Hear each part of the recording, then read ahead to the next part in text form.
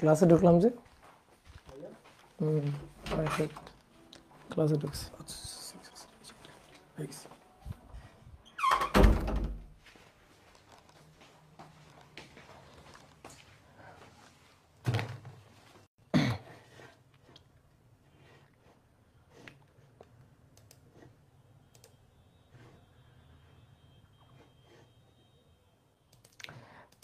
ওকে, যারা অলরেডি যুক্ত হয়ে গেছে তারা একটু কমেন্ট করে জানিয়ে দাও তো সাউন্ড ক্লিয়ার আছে কিনা।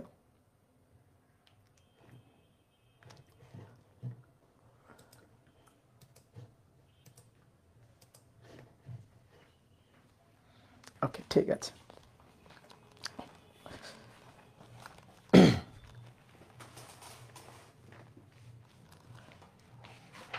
আজকে তো বেশ সুন্দর লাগতেছে আমার।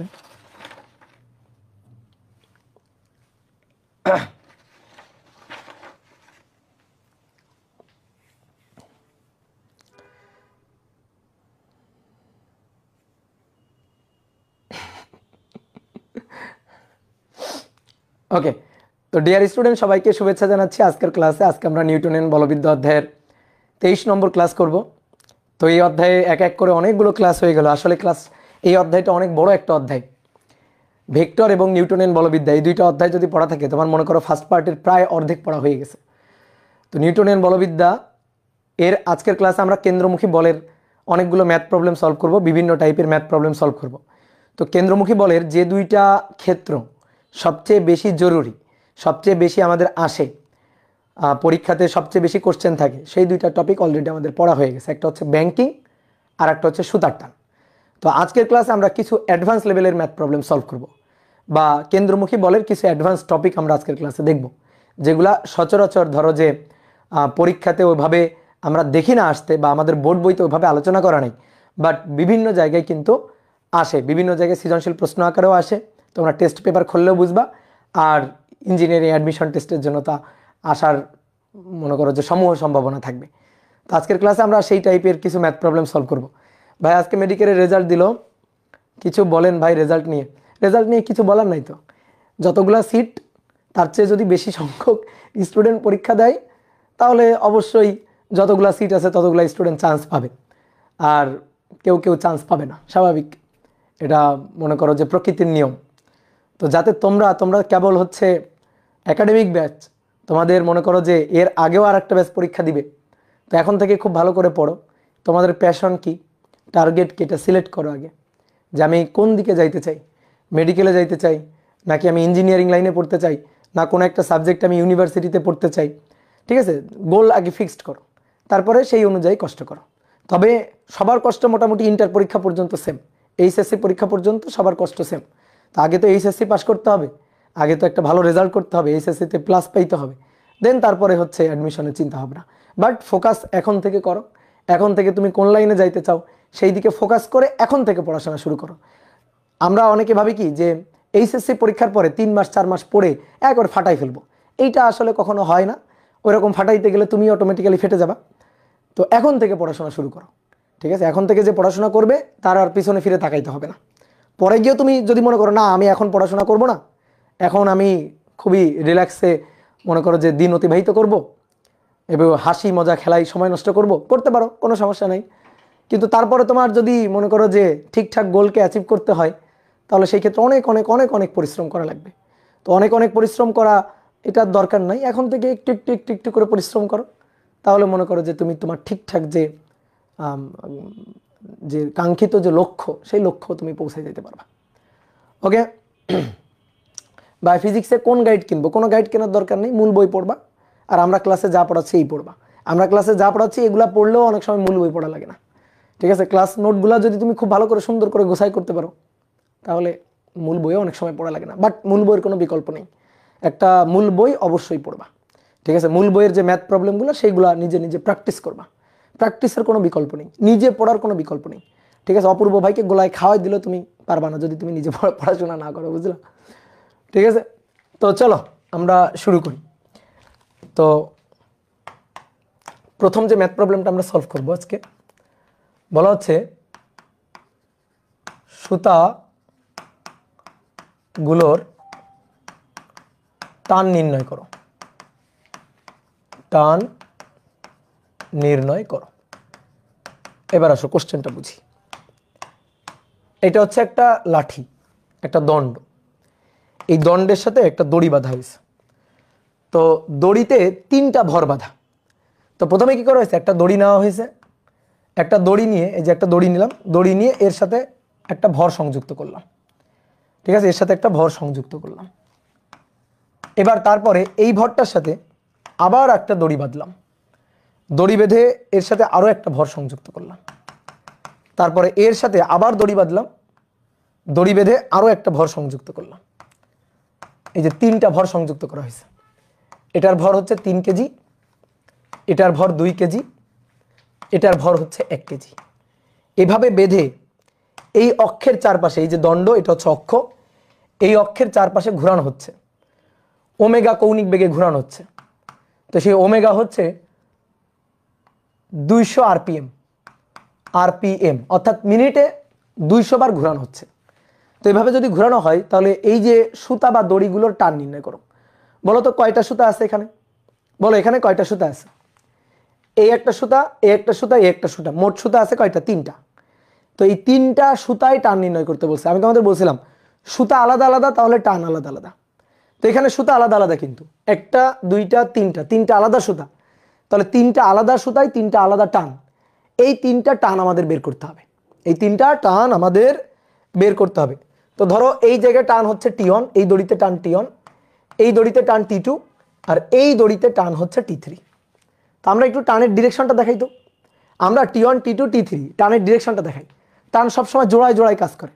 টান সবসময় জোড়ায় জোড়ায় কাজ করবে।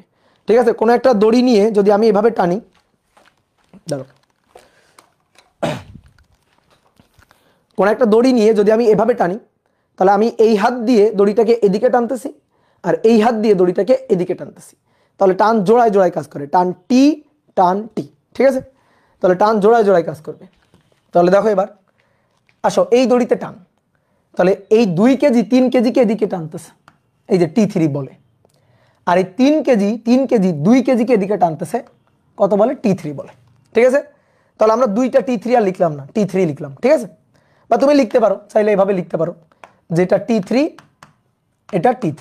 ওকে, এবার আসো T2। তাহলে এবার 1 কেজি 2 কেজিকে টানতেছে, T2 বলে। আর 2 কেজি 1 কেজিকে টানতেছে, T2 বলে। এবার আসো এই দড়িতে, এই দড়িতে এই লাঠিটাতে বাঁধা আছে। তাহলে লাঠিটা 1 কেজিকে টানতেছে এদিকে, T1 বলে। আর 1 কেজি লাঠিকে টানতেছে এদিকে, T1 বলে। তাহলে এই হচ্ছে বলগুলা, অ্যানালাইসিস করে নিলাম। এবার আমাদের কি করতে বলছে? টান নির্ণয় করতে বলছে। তা আসো আমরা এই 3 কেজি দিয়ে শুরু করি। আচ্ছা, এটা ঘুরতেছে না বৃত্তার পথে? তাহলে 1 কেজি কিন্তু এরকম একটা বৃত্তার পথে ঘুরছে, 2 কেজি এরকম একটা বৃত্তার পথে ঘুরছে, 3 কেজি কিন্তু এরকম একটা বৃত্তার পথে ঘুরছে, তাই তো? তাহলে বৃত্তার পথে ঘুরতে গেলে কি লাগে?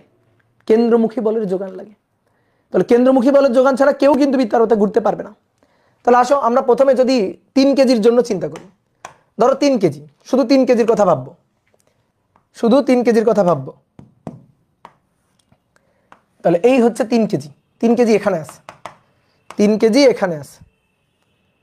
তাহলে 3 কেজির উপর ক্রিয়ারত বল, আসো 3 কেজির উপর ক্রিয়ারত বল অ্যানালাইসিস করি। 3 কেজির উপর একটাই বল, সেটা হচ্ছে T3। 3 কেজির উপর আরেকটা বল আছে নিচের দিকে ওজন, কিন্তু ওজনের তো কেন্দ্রের দিকে কোনো কন্ট্রিবিউশন নেই। দেখো তো যে বৃত্তার পথে ঘুরবে সেই বৃত্তপথে ওজনের কোনো কন্ট্রিবিউশন আছে? এইরকম একটা বৃত্তার পথে ঘুরবে, তাই তো?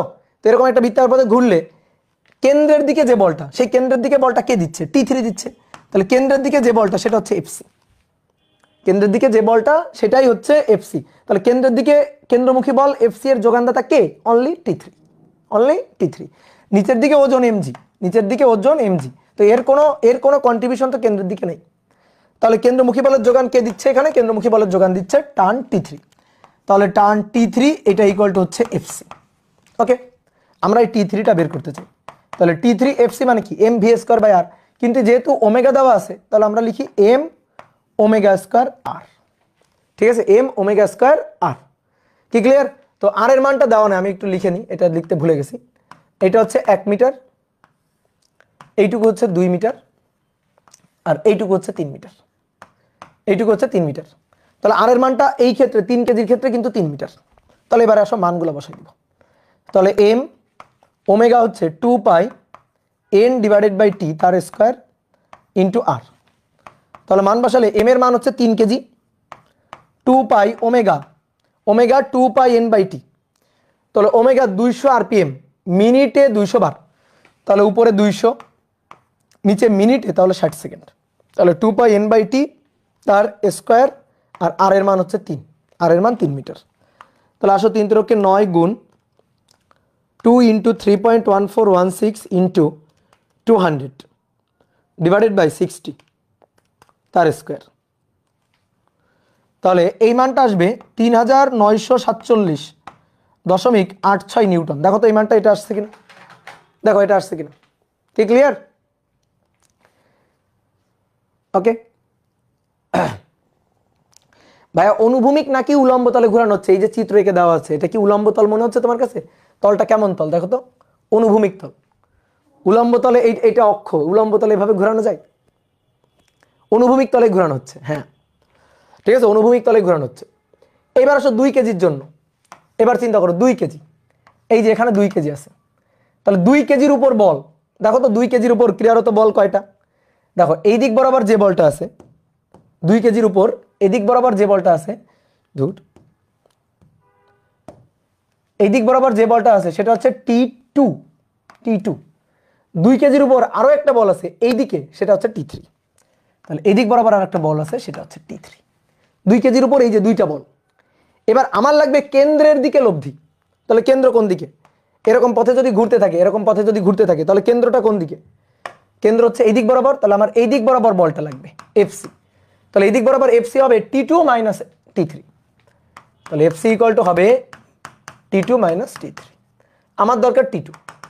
তাহলে অতএব T2 equal to FC, FC মানে এম ওমেগা স্কয়ার আর, তারপরে প্লাস হচ্ছে T3। তাহলে এখানে এম এর মান কত কেজি? 2 কেজি।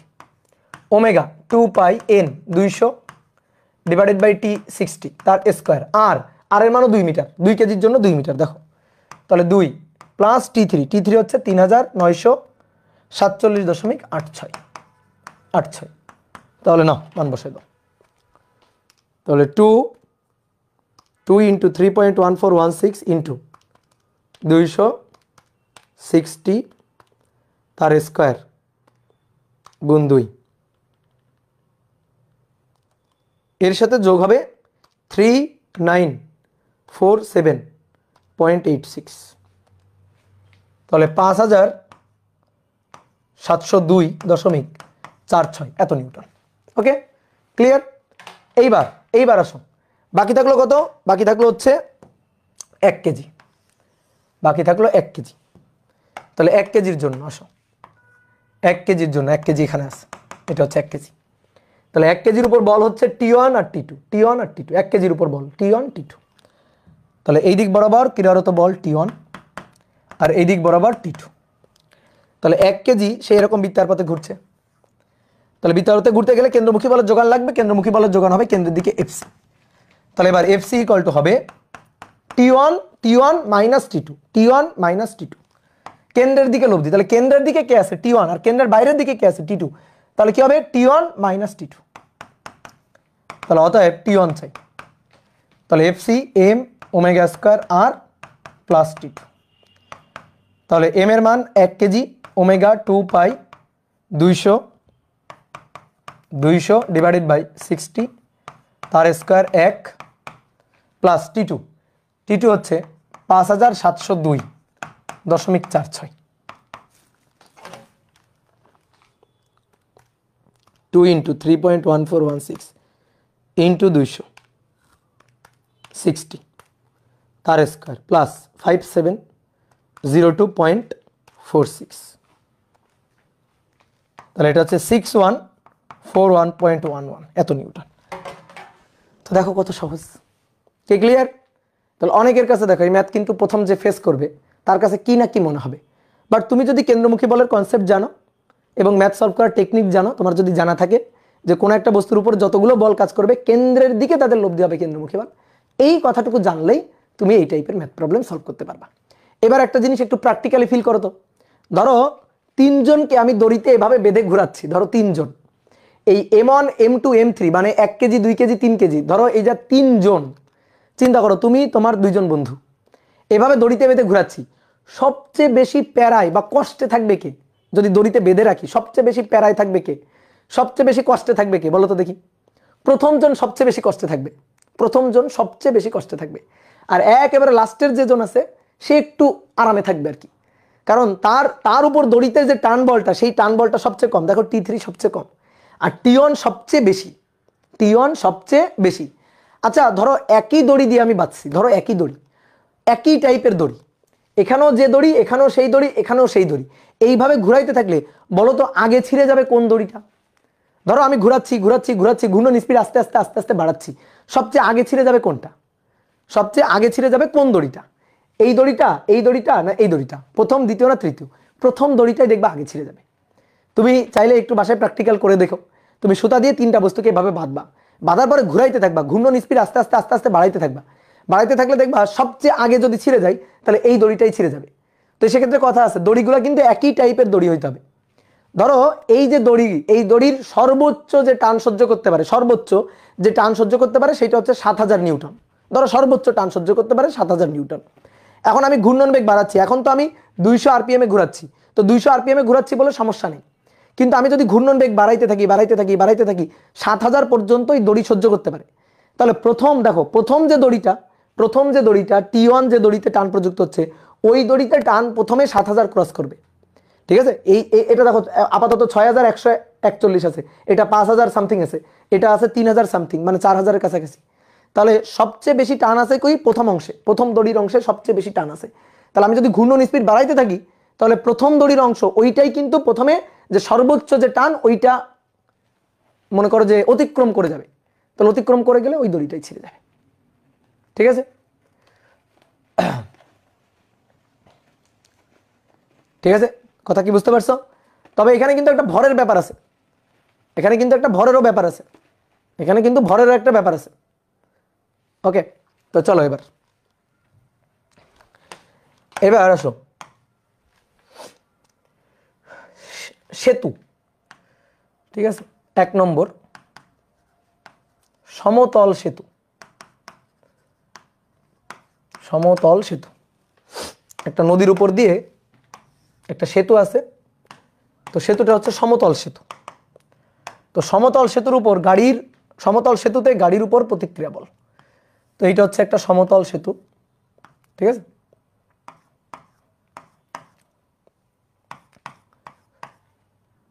এই যে এরকম ভাবে থাকে না, এই যে ঝুলন্ত সেতু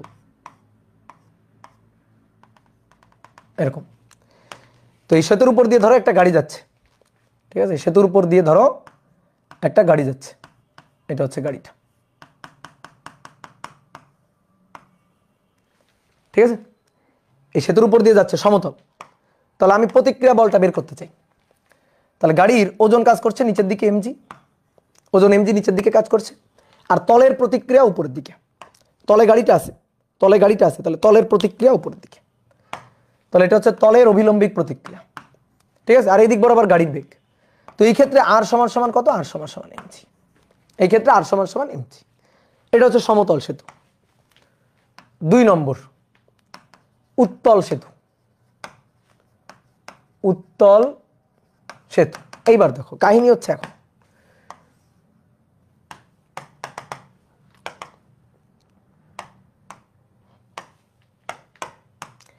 একটা উত্তল সেতু এরকম,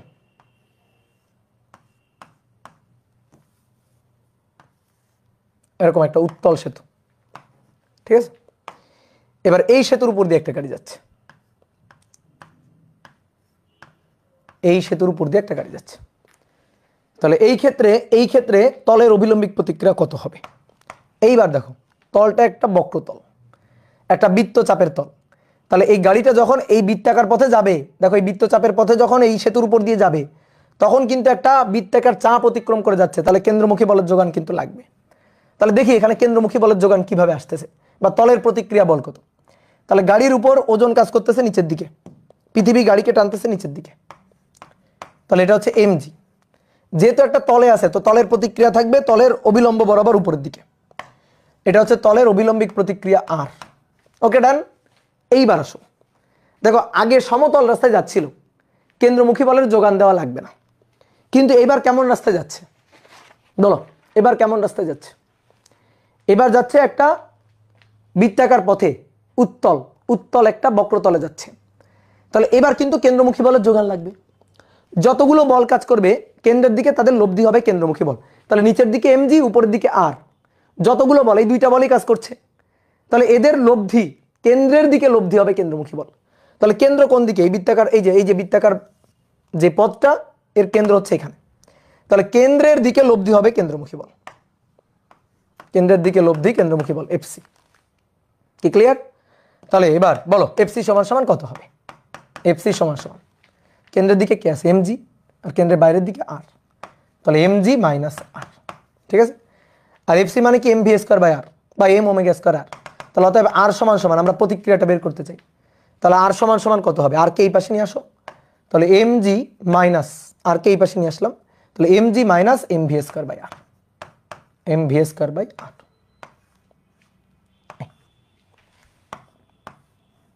বুঝছো? এইবার আসো 3 নম্বর, অবতল সেতু। অবতল সেতু,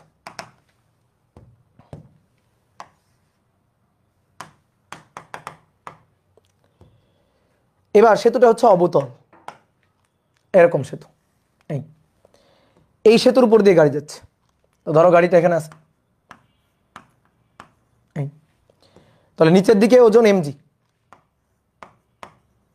তলের অবিলম্বিক প্রতিক্রিয়া r উপরের দিকে, তলের অবিলম্বিক প্রতিক্রিয়া r উপরের দিকে, যতগুলো বল ক্রিয়া করবে কেন্দ্রের দিকে তাদের লব্ধি হবে কেন্দ্রমুখী বল, ঠিক আছে এফসি। তাহলে এবার কেন্দ্র তো উপরের দিকে, অবতল তল, তাহলে কেন্দ্র কোন দিকে? উপরের দিকে, তাহলে নিচের দিকে mg উপরের দিকে অবিলম্বিক প্রতিক্রিয়া, তলের অবিলম্বিক প্রতিক্রিয়া সবসময় তলের লম্ব বরাবর, তাহলে অবিলম্বিক প্রতিক্রিয়া আর যতগুলো বল কাজ করবে কেন্দ্রের দিকে তাদের লব্ধি হবে কেন্দ্রমুখী বল, তাহলে কেন্দ্রের দিকে লব্ধি এফসি, তো এফসি ইকুয়াল টু হবে আর মাইনাস mg, তাহলে এফসি ইকুয়াল টু হবে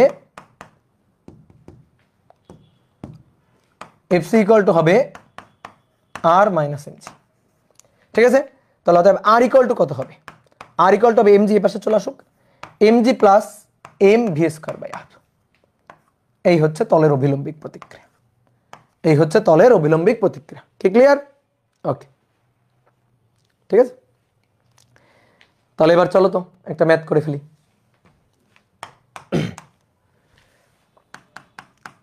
বলা হচ্ছে 500 কেজি ভরের একটি গাড়ি কোন সেতুর উপর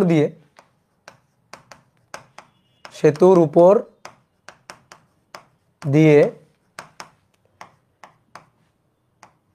13 মিটার পার সেকেন্ড বেগে চলছে,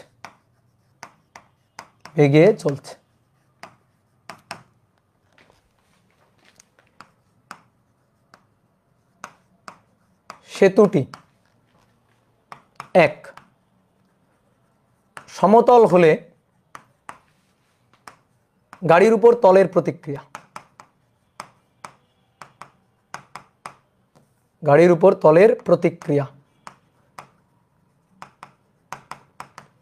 2 সেতুটি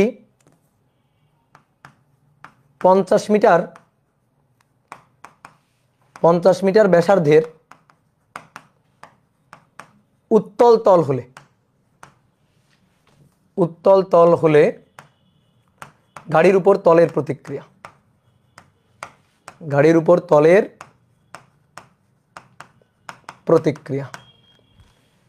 আর 3 নম্বর 50 মিটার ব্যাসার্ধের অবতল তল হলে তলের প্রতিক্রিয়া। রেডিমেড ম্যাথ চিনো? রেডিমেড ম্যাথ কাকে বলে বলো তো? বলো রেডিমেড ম্যাথ কাকে বলে বলো? রেডিমেড ম্যাথ হচ্ছে ডাইরেক্ট সূত্রে বসায় দিলে সেই ম্যাথকে বলে রেডিমেড ম্যাথ। তো এই ম্যাথটা হচ্ছে একটা রেডিমেড ম্যাথ। আগের স্লাইডে সূত্র আছে, এবার এই সূত্রগুলোতে জাস্ট খালি মান বসাই দিবা, মান বসাই দিলে হয়ে যাবে। ঠিক আছে, তাহলে রেডিমেড। তাহলে আসো প্রথমে কি বলছে? প্রথমেই বলছে যে সেতুটা একটা সমতল সেতু হলে, তাহলে সমতল যদি হয় তাহলে গাড়ির উপর প্রতিক্রিয়া নিচের দিকে ওজন mg আর তলের অবিলম্বিক প্রতিক্রিয়া উপরের দিকে r, তাহলে r ইকুয়াল টু mg। তো m এর মান কত? 500 আর g এর মান কত? 9.8। ঠিক আছে, এখানে বেগ যা নিয়ে যাবে যাক, 13 মিটার পার সেকেন্ড হবে আর 33 মিটার পার সেকেন্ড হবে, হোক, কোনো সমস্যা নেই। তাহলে এই ক্ষেত্রে হচ্ছে 4900 এত নিউটন, এটা হচ্ছে তলের প্রতিক্রিয়া। তাহলে এটা 1 নম্বর। এবার আসো 2 নম্বর। কি বলছে? 50 মিটার ব্যাসার্ধের উত্তল তল হলে, উত্তল তল 50 মিটার ব্যাসার্ধের একটা উত্তল তল যদি হয়, এই যে উত্তল তলে গাড়ি, তাহলে নিচের দিকে দেখো কত সূত্র মুখস্থ রাখবা, দরকার একটু করে নিবা। নিচের দিকে mg, নিচের দিকে mg। ঠিক আছে, আমি যদি পরীক্ষা আসে আমি সূত্র মুখস্থ রাখবো না। আগে তোমার আমি সূত্র ঠিক আছে বানাই দিছি, কিন্তু পরীক্ষা আসলে আমি কখনো সূত্র মুখস্থ রাখবো না, আমি চটপট করে নিব যে নিচের দিকে mg, তলের অবিলম্বিক প্রতিক্রিয়া উপরের দিকে r। তাহলে যেহেতু একটা বৃত্তাকার পথে যাচ্ছে এবং তলটা উত্তল তল, উত্তল ভাবে আঁকছি, তাহলে উত্তল তলে যাচ্ছে, তাহলে নিচের দিকে কেন্দ্রমুখী বলের যোগান দিতে হবে কেন্দ্রের দিকে। তাহলে এফসি ইকুয়াল টু হবে mg মাইনাস r। তাহলে অতএব r ইকুয়াল টু হবে, আর কে এই পাশে নিয়ে আসলাম, তাহলে mg minus mv square by r। তাহলে এবার মান বসাই দিব, m এর মান 500, g এর মান 9.8 মাইনাস m এর মান 500 গুণ বেগের মান 13 স্কয়ার, বেগের মান 13 স্কয়ার। বেগের মান কিন্তু বেশি হওয়া যাবে না, বেশি হলে একটা কাহিনী হয়ে যাবে। আর r এর মান কত? 50। দেখি উত্তর আবার মাঝে মাইনাস চলে না আসে, মাইনাস আসলে তো বিপদ। 500 গুণ 9.8 মাইনাস 500 গুণ 13 স্কয়ার ডিভাইডেড বাই 50। হ্যাঁ, মাইনাস আসে নাই, মাইনাস আসে নাই, 3210 এত নিউটন। ওকে, এবার 3 নম্বর। এবার বলছে সেতুটা অবতল হলে, অবতল, তাহলে সেতুটা যদি অবতল হয় তাহলে সেই ক্ষেত্রে তলের প্রতিক্রিয়া, তাহলে নিচের দিকে mg, উপরের দিকে তলের প্রতিক্রিয়া, তলের লম্ব বরাবর থাকবে সবসময়, তলের প্রতিক্রিয়া থাকবে তলের লম্ব বরাবর। তাহলে এবার কেন্দ্রের দিকে যোগানকৃত বল কেন্দ্রমুখী বল, তাহলে কেন্দ্রের দিকে এই যে এফসি, তাহলে FC equal to R minus MG. তাহলে অতএব R equal to R equal to MG কে এই পাশে পাঠাবো, তাহলে MG plus M V square by R. তাহলে এম এর মান 500, জি এর মান 9.8 plus 500 V square 13 square divided by R এর মান 50। তাহলে মান বসো, 500 গুণ 9.8 প্লাস 500 গুণ 13 স্কোয়ার ডিভাইডেড বাই 50, তাহলে 6590 নিউটন। শেষ। কি বুঝছো বলো?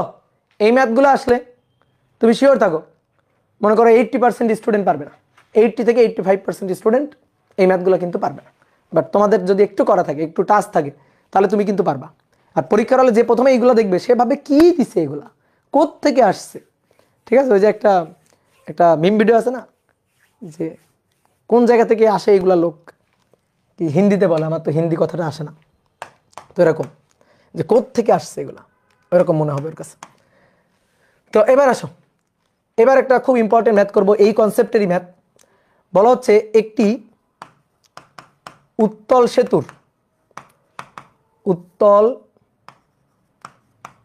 সেতুর ব্যাসার্ধ, বক্রতার ব্যাসার্ধ, একটি উত্তল সেতুর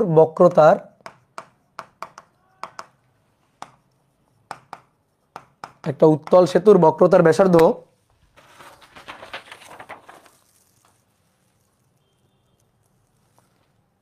50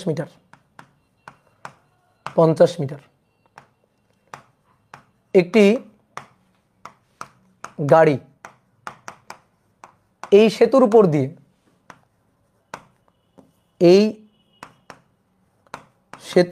দিয়ে, সর্বোচ্চ কত বেগে, সর্বোচ্চ কত বেগে চলতে পারবে, আর কোনো তথ্য দেওয়া নেই। ঠিক আছে,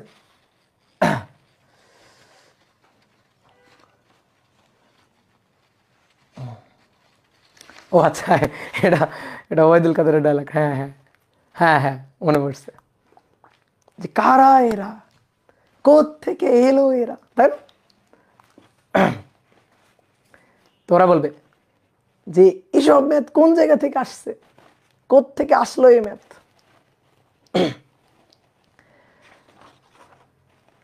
দাদা পুলিশে ধরবে, খবরদার খবরদার, এগুলা কিন্তু ভাইরাল করিও না, খবরদার এগুলো ভাইরাল করিও না, তাহলে কিন্তু আর তোমাদের পড়াইতে পারবো না। তাহলে কিন্তু মনে করো কাশিমপুর কারাগারে থাকতে হবে, তাহলে একেবারে কাশিমপুর কারাগারে। তো দেখো কি বলছে, একটি উত্তল সেতুর বক্রতার ব্যাসার্ধ হচ্ছে 50 মিটার, বক্রতার ব্যাসার্ধ। এখন বলছে একটি গাড়ি এই সেতুর উপর দিয়ে সর্বোচ্চ কত বেগে চলতে পারবে। কেন সর্বোচ্চ কত বেগে চলতে পারবে? কেন বেগ আমি বাড়াইতে বাড়াইতে বাড়াইতে বাড়াইতে অনেক বেশি বেগ নিয়ে যাবো, সমস্যা কি? সমস্যা হচ্ছে যখনই তুমি এই সেতুর উপর দিয়ে যাবা তখন দেখবা গাড়ি আর মাটিতে পড়ে নাই, গাড়ি সোজা আকাশে উড়ে চলে গেছে। তুমি যদি অনেক বেশি বেগ নিয়ে সেতুর উপর দিয়ে যাও, অনেক বেশি বেগ, এই রাস্তায় যাওয়ার জন্য একটা সর্বোচ্চ বেগ আছে, তুমি যদি এই বেগের চেয়ে বেশি বেগ নিয়ে যাও তাহলে গাড়ি উড়ে আকাশে চলে যাবে, গাড়ি উড়ে আকাশে চলে যাবে, ওই গাড়ি আর মাটিতে নামবে না, সোজা এভাবে উঠে, মানে নর্মালি তো যাওয়ার কথা এইভাবে গিয়ে যাওয়ার কথা, কিন্তু ওই গাড়ি এইভাবে উঠে চলে যাবে। বুঝতে পারছো, এই ঘটনাটা ঘটবে। ঠিক আছে, তো এইবার আসো, এবার আসো দেখি আমরা একটু হিসাব নিকাশ করি। উত্তল তল, উত্তল তল, একটা গাড়ি ইচ্ছা মতো বেগ নিয়ে কিন্তু এই উত্তল তলে আসতে পারবে না, ইচ্ছা মতো বেগ নিয়ে আসতে পারবে না। এই তলে যাওয়ার জন্য, এই তলে চলার জন্য একটা সর্বোচ্চ বেগ আছে, এর চেয়ে বেশি বেগে যাইতে পারবে না। এর চেয়ে বেশি বেগে যদি চলে, এর চেয়ে যদি বেশি বেগে চলে তাহলে কি ঘটনা ঘটবে? এর চেয়ে বেশি বেগে চললে, এর চেয়ে যদি বেশি বেগে চলে তাহলে কি ঘটনা ঘটবে? দেখো এই ঘটনা ঘটবে, এই যে গাড়ি উড়ে চলে যাবে এইভাবে। ঠিক আছে, এই গাড়ি এই বরাবর গিয়ে আসবে না, এই বরাবর যাবে না, অনেক বেশি বেগ নিয়ে আসছে, ধরো বেগের মানটা কম, তাহলে গাড়ি এইভাবে উঠে গাড়িটা এইভাবে ঘুরে চলে আসছে, বেগের মান কম। ঠিক আছে, বেগের মান আরো কমাও, তাহলে আরো কমানো হলে এইভাবে চলে গেছে। কিন্তু বেগের মান যদি একটা ওই যে নির্দিষ্ট বেগ আছে তার চেয়ে যদি বেশি বেগে যাও তাহলে এইভাবে সোজা চলে গেছে, অর্থাৎ রাস্তা থেকে ছিটকে বাইরে বের হয়ে গেছে। তো এরকম একটি ঘটনা ঘটবে যদি তুমি ইচ্ছা মতো বেগ নিয়ে যাও। তো দেখো কেন এটা ঘটে, এর উপর ক্রিয়ারত বলগুলোকে অ্যানালাইসিস করি। নিচের দিকে ওজন mg আর তলের অভিলম্বিক প্রতিক্রিয়া উপরের দিকে r। তাহলে এই পথে ঘোরার জন্য অবশ্যই কেন্দ্রমুখী বলের যোগান দিতে হবে, কারণ পথটা বৃত্তাকার পথ। তাহলে কেন্দ্রমুখী বলের যোগান দিলে কেন্দ্রমুখী বল কোন দিকে থাকবে? কেন্দ্রের দিকে, FC। তাহলে এই FC ইকুয়াল টু হবে mg minus r, mg minus r। এবার FC হচ্ছে mv square by r, mv square by r equal to mg minus r। এবার শোনো, নিরাপদ সর্বোচ্চ বেগের জন্য, নিরাপদ সর্বোচ্চ বেগের জন্য, নিরাপদ সর্বোচ্চ বেগের জন্য আর হবে 0। এই যে এটাই হচ্ছে শর্ত, আর এর মানটা 0 হইতে হবে। আর এর মানটা 0 হলেই তখন যে বেগটা পাওয়া যাবে ওটাই হচ্ছে সর্বোচ্চ বেগ, এবং সেই সর্বোচ্চ বেগ হচ্ছে ওই যে পানি পড়বে না, সুতায় ঢিল পড়বে না, সেই ম্যাথ। তাহলে আর এর মান যদি 0 হয় তাহলে mm কাটাকাটি v ইকুয়াল টু √r শেষ। এবার কথা হচ্ছে কি, যে সর্বোচ্চ বেগের জন্য আর কেন শূন্য হবে, ফিল করতে চাই, আসো ফিল করি। তাহলে FC equal to mg minus r, mg minus প্রতিক্রিয়া r, এই FC হচ্ছে mv square by r equal to mg minus প্রতিক্রিয়া r। এবার শোনো ভালো করে শোনো, ধরো তুমি যে বেগ নিয়ে বর্তমানে যাচ্ছ সেই বেগের জন্য এই কেন্দ্রমুখী বল mv স্কয়ার বাই r, এটার মান লাগবে হচ্ছে 10। এই 10 কে দেবে? এই 10 দেবে ওজন, এবং তার কাছ থেকে বাদ যাবে হচ্ছে r, অর্থাৎ mg মাইনাস r হচ্ছে এই বলটার যোগান দেবে, mg মাইনাস r। তাহলে ধরো mg এর মান তো ফিক্সড, ধরো 14, ধরো mg এর মান ফিক্সড 14, তো তা থেকে বিয়োগ যাবে r, তাহলে r কত বিয়োগ যাবে? 4, তাহলে 4 বিয়োগ গেলেই তো 10 হয়। mg এর মানটা ফিক্সড 14, তাহলে তা থেকে প্রতিক্রিয়া বাদ যাবে, প্রতিক্রিয়া কত বাদ যাবে? 4 বাদ যাবে, 4 বাদ দিয়ে যা থাকবে 10 থাকবে, সেই 10ই হচ্ছে কেন্দ্রমুখী বলের যোগান দিবে। কথা কি বুঝলা? ক্লিয়ার? এইবার আসো, যদি আমি বেগের মানটা বাড়াইতে থাকি তাহলে কি হবে? আচ্ছা, বেগের মান যদি আমি এখানে বাড়াই, এখানে যদি বেগের মানটা বাড়াই তাহলে এম ভি স্কয়ার বাই আর, এই বলের মানটা বাড়বে। তো এই বলের মানটা বেড়ে কত হবে, ধরো এই বলের মানটা বেড়ে হবে 11, তাই না? কত হবে 11। এখন এই 11 যোগানটা কে দেবে? এম জি মাইনাস আর দেবে, ঠিক আছে? এম জি মাইনাস আর দেবে। তো এম জি তো ফিক্সড, এমজি তো ফিক্সড, এমজি তো 14 দিচ্ছে, এটা তো কমানো যাবে না, বাড়ানো যাবে না। তাহলে আমার তো বানাইতে হবে 11। তাহলে 11 বানাইতে গেলে বলো প্রতিক্রিয়া কত? প্রতিক্রিয়া কত এবার? প্রতিক্রিয়া এবার হচ্ছে 3। কি ক্লিয়ার? এবার ফিল করো তো তুমি গাড়ি চালাচ্ছ, তুমি এই উত্তল তলের উপর দিয়ে যাবা, তোমার বেগ যখন কম থাকবে না, বেগ যদি কম হয় তাহলে সেই ক্ষেত্রে দেখবা তলের প্রতিক্রিয়া তুমি টের পাচ্ছ, প্রতিক্রিয়া বেশি হয়ে যাচ্ছে। কিন্তু বেগ তুমি বাড়াইতে থাকো, বাড়াইতে থাকো, বাড়াইতে থাকো, তোমার মনে হবে না যে গাড়ি আর মাটিতে নেই, গাড়ি উড়ে যাচ্ছে, মাটি থেকে উপরে উঠে যাচ্ছে। অনেক সময় দেখবা গাড়ির স্পিড যখন অনেক বেশি হয়, ঠিক আছে, যারা গাড়ি টাড়ি চালাইছো, স্পিড যদি অনেক বেশি হয় মনে হয় যেন গাড়ি উঠতেছে, তো সেরকম একটা ঘটনা। তাহলে স্পিড বেশি হইলো, বেশি হয়ে কত হইলো 11, ঠিক আছে, কেন্দ্রমুখী বল লাগবে 11, তাহলে ওজন এমজি থেকে বাদ। তাহলে এবার দেখো প্রতিক্রিয়া কত কমে গেছে 3। এবার স্পিড আরেকটু বাড়াও তো, স্পিড আরেকটু বাড়াও, স্পিড আরেকটু বাড়াইলে এখানে লাগবে 12। তাহলে 12 কিভাবে আসবে? 14 থেকে বিয়োগ হবে 2। তাহলে প্রতিক্রিয়া দেখো আরো কমে যাচ্ছে। অর্থাৎ তুমি যত গাড়ির স্পিড বাড়াচ্ছ, মাটির সাথে তোমার সংযোগ, তলের সাথে রাস্তার সাথে তোমার সংযোগ তত কমে যাচ্ছে, ঠিক আছে, মাটির প্রতিক্রিয়া বল তত কমে যাচ্ছে। কি ক্লিয়ার? এবার তুমি স্পিড আরো বাড়াও, আরো বাড়ানোর পরে লাগবে হচ্ছে ধরো 13, তাহলে এখানে হবে 14 বিয়োগ 1। স্পিড আরো বাড়াও, লাগবে ধরো 14, তাহলে 14 বিয়োগ 0, বুঝছো? তাহলে এই অবস্থায় তুমি যাইতে পারবা, কারণ কেন্দ্রমুখী বল লাগবে কত? 14, ওজন তোমাকে 14 দিচ্ছে, প্রতিক্রিয়া নাই, অর্থাৎ মাটির সাথে তোমার সংযোগ নাই, গাড়ি যাচ্ছে একেবারে মাটির উপর দিয়ে ছুঁই ছুঁই ভাবে যাচ্ছে, তলের উপর দিয়ে ছুঁই ছুঁই ভাবে চলে যাচ্ছে। কি ক্লিয়ার? এইবার বেগ আরেকটু বাড়াও তো দেখি, বাড়াও বাড়াও বাড়াও, বেগ আরেকটু বাড়াও। তাহলে বেগ আরেকটু যদি বাড়াও তাহলে এখানে হবে কত? 15। এইবার কি হবে? এবার কি হবে বল? এটা আছে কত? 14, 14, এটা তো অলরেডি 0 হয়েই গেছে। তাহলে 14 মাইনাস 0, এর তো অলরেডি মানে 0 হয়ে গেছে, আর এর তো অলরেডি 0 হয়ে গেছে। তাহলে ওজন সম্পূর্ণটুকু দিয়ে দিল তোমাকে, ওজন সম্পূর্ণটুকু তোমাকে দিয়ে দিল। তাহলে ওজন 14 দিয়ে দিল। বলো প্রয়োজনীয় কেন্দ্রমুখী বলের যোগান তুমি পাইলা? প্রয়োজনীয় কেন্দ্রমুখী বলের যোগান তুমি কি পাইলা? বলো পাইলা না। তাহলে এবার কি ঘটনা ঘটবে বলো? বৃত্তার মতো ঘুরতে পারবা না, তাহলে স্পর্শক বরাবর ছিটকে এভাবে চলে যাবা, অর্থাৎ তুমি আর রাস্তা দিয়ে যাইতে পারবা না, এখান থেকে ছিটকে সোজা এভাবে চলে যাবা, গিয়ে পড়বা কোথায়? খাদে গিয়ে পড়বা, ঠিক আছে? তাহলে নিরাপদ সর্বোচ্চ বেগের শর্ত কি? এখান থেকে দেখো নিরাপদ সর্বোচ্চ বেগের শর্ত কি। এটা তো নিরাপদ না, এটা তো অনিরাপদ, অ্যাক্সিডেন্ট হয়ে গেছে, এটা তো অনিরাপদ ঘটনা ঘটে গেছে, অনিরাপদ, অনিরাপদ, হ্যাঁ। তাহলে এটা তো অনিরাপদ। তাহলে নিরাপদ সর্বোচ্চ বেগের জন্য শর্তটা কি? নিরাপদ সর্বোচ্চ বেগ, সর্বোচ্চ, এটা নিরাপদ, এটা নিরাপদ, এটা নিরাপদ বাট বেগ সর্বোচ্চ না, এটা নিরাপদ বাট বেগ সর্বোচ্চ না। তাহলে নিরাপদ সর্বোচ্চ বেগের জন্য এই দেখো আর এর মান 0। তাহলে ফিল করতে পারছো? তাহলে নিরাপদ সর্বোচ্চ বেগের জন্য আর এর মান হবে 0। বলো ফিল করতে পারছো? ক্লিয়ার? এবার এম এম কাটাকাটি, তাহলে নিরাপদ সর্বোচ্চ বেগ ভি ম্যাক্স, তাহলে √RG, ঠিক আছে? তাহলে পানি পড়বে না, ঢিল পড়বে না, গাড়ি ছিটকে পড়বে না, সবকিছুর সূত্র হচ্ছে এইটা, V max equal to √RG। আর এর মান 50, জি এর মান 9.2। যে গাড়ি হোক এই রাস্তায়, যে গাড়ি হোক, ঠিক আছে, যে গাড়ি হোক তাকে সর্বোচ্চ এই বেগ নিয়ে এসে যাইতে পারবে। তাহলে এটা হচ্ছে 22.135 এত মিটার পার সেকেন্ড। তো তুমি একটা কাজ করবা, ব্রিজের সামনে এরকম একটা সাইনবোর্ড দিয়ে দিবা যে এই ব্রিজ অতিক্রম করার জন্য যে কোনো গাড়ির সর্বোচ্চ বেগ হচ্ছে এইটা। এই বেগের চেয়ে যদি বেশি বেগ নিয়ে যাইতে চাই তাহলে সোজা মনে করো স্বর্গের রাস্তা দেখাই দিবা, বুঝতে পারছো? কেউ মনে করো মরতে চাই, তাহলে তারে বলবা যে আচ্ছা ঠিক আছে এই রাস্তায় ওঠো, বেগের মান করে দাও 25, বেগের মান 25 মিটার পার সেকেন্ড করে দাও, বেগের মান 25 মিটার পার সেকেন্ড করে এই রাস্তা অতিক্রম করে চলে যাও, তাহলে মনে করো যে সোজা একেবারে হ্যাঁ স্বর্গের রাস্তায় চলে যাবে, বুঝতে পারছো? তাহলে দুর্ঘটনা ঘটে যাবে। এটা কিন্তু খুব সুন্দর একটা ম্যাথ। এবার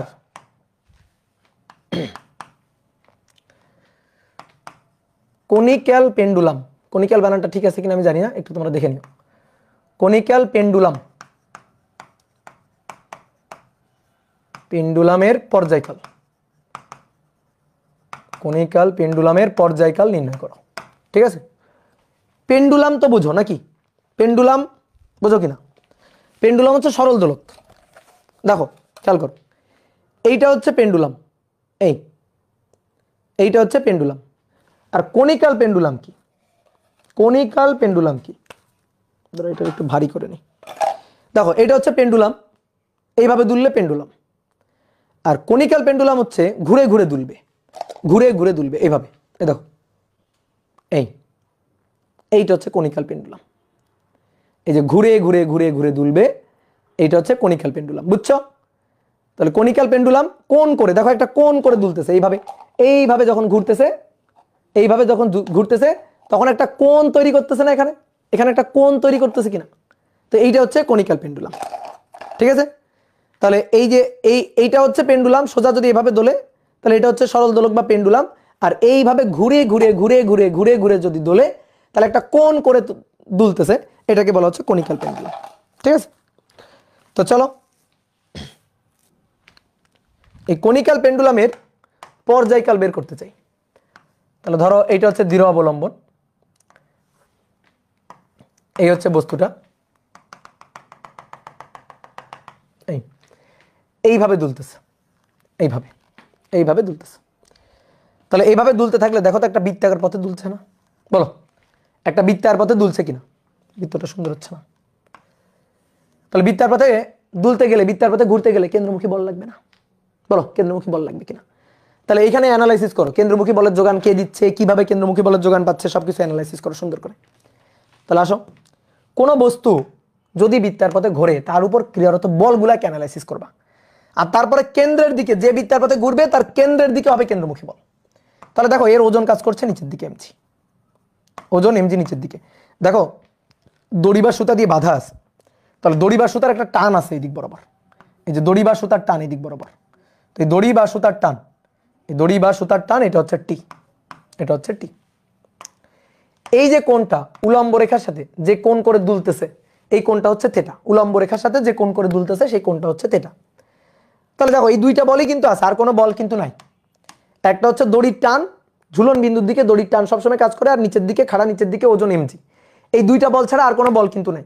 এবার তাহলে একটা কাজ করি, এই টি কে দেখো এমজি কত সুন্দর, এই যে বৃত্তার পথের যে ব্যাসার্ধ, সেই ব্যাসার্ধের সাথে, এই যে বৃত্তার পথের ব্যাসার্ধ হচ্ছে আর, এই ব্যাসার্ধের সাথে এমজি কত সুন্দর 90 ডিগ্রি কোণে আছে, খুব ভালো কোণে আছে। তাহলে বাঁকাতারা হয়ে আছে কে? বাঁকাতারা হয়ে আছে টি।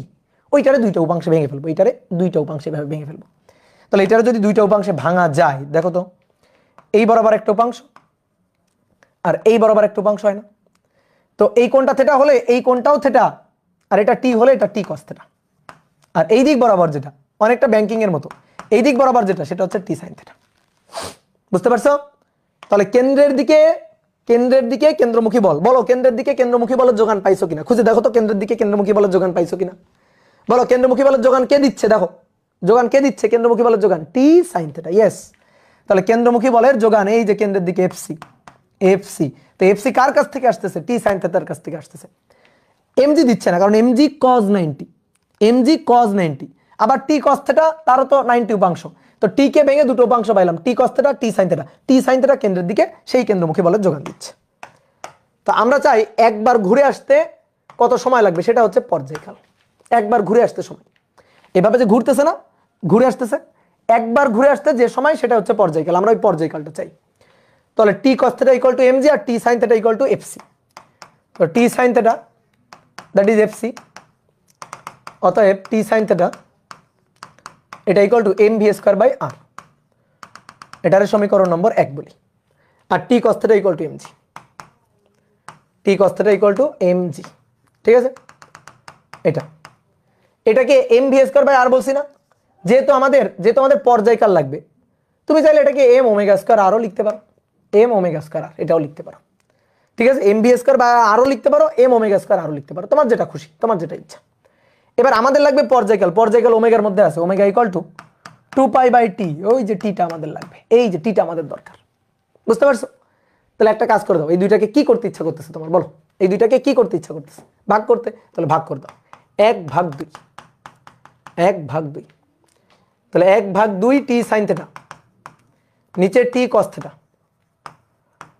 উপরে এম এম কাটাকাটি করে ওমেগা স্কয়ার আর এবং জি, টি আর টি কাটাকাটি, sign by cos tan theta লিখতে পারো, কিন্তু আপাতত তোমার তো ওমেগা বের করতে হবে, সো তুমি আগে লিখো না। দেখো এবার এটা হচ্ছে আর, এই যে সুতার দৈর্ঘ্য বা দড়ির দৈর্ঘ্য এটা হচ্ছে এল, তাহলে তুমি একটু দেখো, আমি এখানে একটু চিত্রটা আঁকি, তুমি একটু দেখো।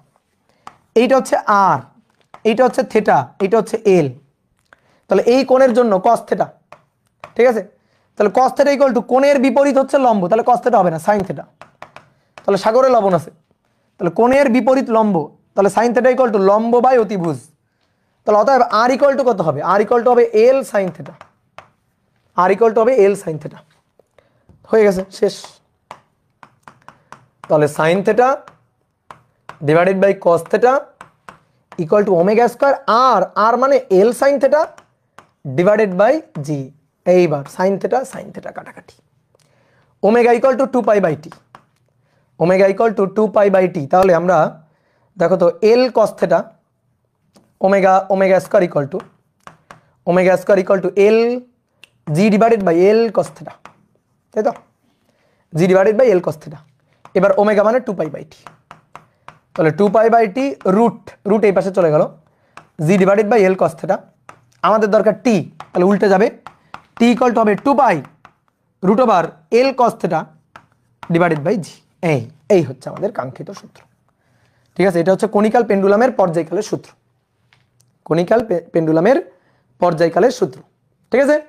তাহলে এবার তুমি সুতার দৈর্ঘ্য কত বসাই দিবা, কত কোণ করে ঘুরতেছে, কত কোণে চারপাশে ঘুরতেছে, এই যে উলম্ব রেখার সাথে যে কোণটা, সেই কোণের মানটা এখানে বসাই দিবা, আর জি এর মান 9.8 জানো, তাহলে তুমি কনিক্যাল পেন্ডুলামের পর্যায়কাল পেয়ে যাবা।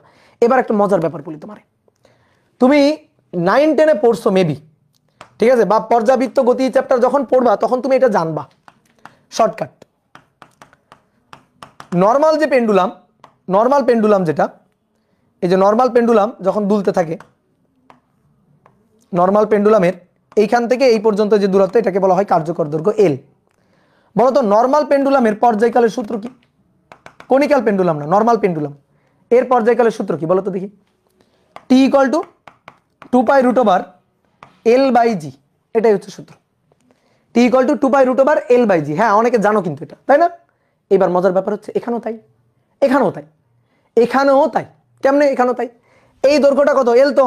আচ্ছা, তাহলে আমি যদি তোমার জিজ্ঞেস করি, বলো এই দৈর্ঘ্যটা কত, এই দৈর্ঘ্যটা কত, এই দৈর্ঘ্যটা কত, এল ড্যাশ ধরো, এই দৈর্ঘ্যটা কত, এই দৈর্ঘ্যটা বের করো, এটা এল এটা থেটা, এটা এল এটা থেটা, তাহলে এই দৈর্ঘ্যটা কত? এল ড্যাশ কত? এল কস থেটা। তো তাই তো হইছে, তাই তো হইছে, এইখানে এল এর জায়গায় তখন হবে এল কস থেটা। এই তো পার্থক্য, আর কিছু তো না পার্থক্য। কথা কি বুঝলা? কথা কি বুঝলা? তাহলে এই যে এটা হচ্ছে এল, এটা হচ্ছে এল, এটা হচ্ছে থেটা, তাহলে আমি যদি বলি এই দৈর্ঘ্যটা কত, তো এই দৈর্ঘ্যটা এল কস থেটা, এল এর উপাংশ এল কস থেটা, যার সাথে কোণ তার সাথে কস থেটা, তাহলে এল এর উপাংশ এল কস থেটা, তাহলে এই দৈর্ঘ্যটা এল কস থেটা, তাই বসাই দিবা, শেষ। তাই তো হয়ে গেল, ঠিক আছে? ক্লিয়ার?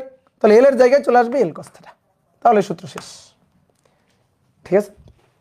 সূত্র করে দেখালাম, এই সূত্র ছাড়াও ম্যাথ করা যায়, এই সূত্র ছাড়াও ম্যাথ করা যায়।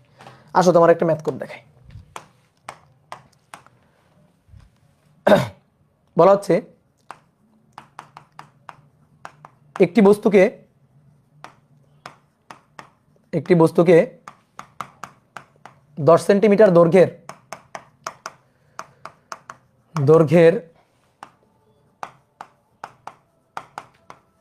সুতায় বেঁধে, 10 সেন্টিমিটার দৈর্ঘ্যের সুতায় বেঁধে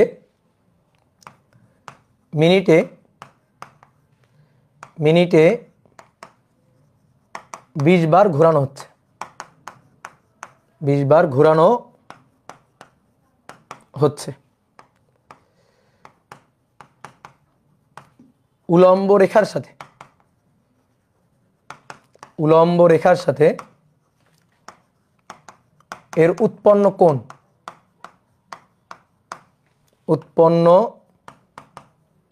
কোণ নির্ণয় করো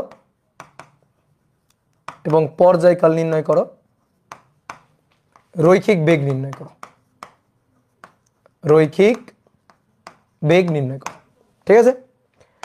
তাহলে কি বলছে?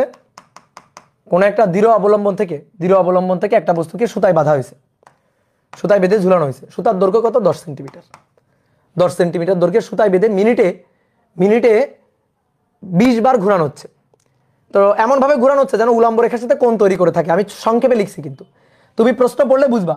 বলা হচ্ছে উলম্ব রেখার সাথে এর উৎপন্ন কোণ কত, তার মানে এমন ভাবে ঘোরানো হচ্ছে যেন উলম্ব রেখার সাথে একটা কোণ তৈরি করে থাকে, উলম্ব রেখার সাথে কোণ তৈরি করে থাকে, এই কোণটা থেটা, এইটা আমাদের বের করতে বলছে। তো মিনিটে কয়বার ঘোরানো হচ্ছে বলো, মিনিটে কয়বার? মিনিটে 20 বার ঘোরানো হচ্ছে। তাহলে মিনিটে 20 বার ঘোরানো হচ্ছে, তার মানে ওমেগাটা আমাদের দেওয়া আছে, ওমেগাটা দেওয়া আছে। ওমেগা হচ্ছে 20 RPM, revolution per minute, 20 RPM, এটা দেওয়া আছে। আমাদের বের করতে হবে থেটা কত, আমাদের বের করতে হবে এর রৈখিক বেগ ভিটা কত, আমাদের বের করতে হবে এর পর্যায়কালটা কত। এই কয়টা জিনিস আমাদের বের করতে হবে। তো পারবো কিনা বের করতে? হ্যাঁ পারবো, কোনো সমস্যা নেই, পারবো। তো অনেকে বলতে পারো ভাই আমরা পর্যায়কাল যদি বের করতে চাই তাহলে তো আমার থেটা লাগবে, থেটা তো আমি জানি না, থেটা জানি না, বাট এল তো জানি, আর কতবার ঘোরানো হচ্ছে জানি, তাহলে সেখান থেকে আমি থেটাটা বের করতে পারবো। তো কেমনে বের করতে পারবো? ব্যাংকিং এর সূত্র, tan θ = v² / rg, জানো? tan θ = v² / rg, ঠিক আছে? কেমনে দেখবা?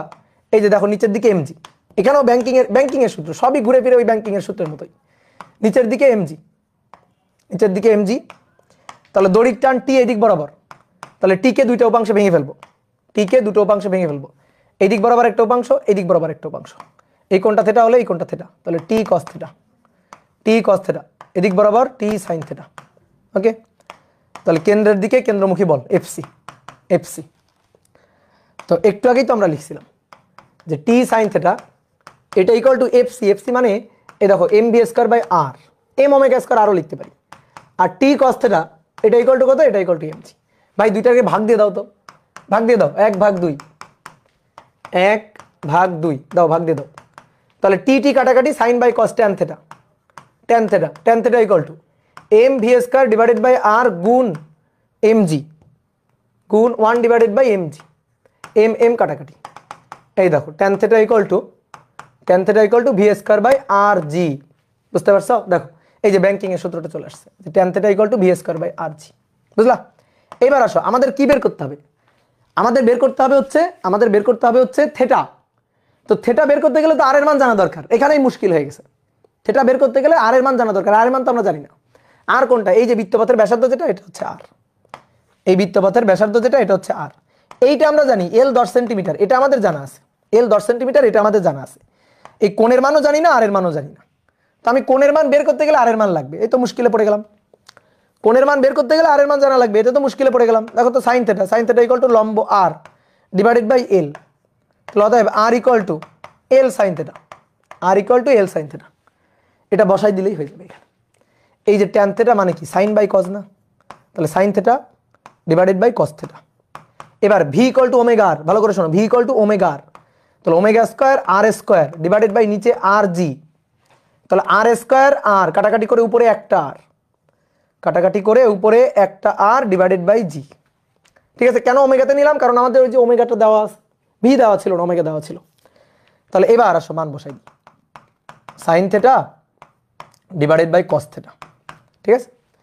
এবার এই যে ওমেগা², ওমেগা হচ্ছে, ওমেগা ইকুয়াল টু হচ্ছে 2πn divided by T, 20 RPM, তাহলে 2πn ডিভাইডেড বাই টি তার স্কোয়ার, আর আর হচ্ছে এল সাইন θ, আর হচ্ছে L sine θ divided by G. তাহলে সাইন θ কাটাকাটি, এবার সব মান জানো, খালি বসাই দাও। তাহলে 1 divided by cos θ, 2πn, N এর মান কত? 20, মিনিটে 60, তার স্কোয়ার, এল এর মান 10 সেন্টিমিটার, তাহলে 0.10, জি এর মান 9.8, তাহলে 2 × 3.1416 ইন্টু 20 ডিভাইডেড বাই 60 তার স্কোয়ার গুণ 0.10 ডিভাইডেড বাই 9.8, ডিভাইডেড বাই 9.8 এর ইনভার্স।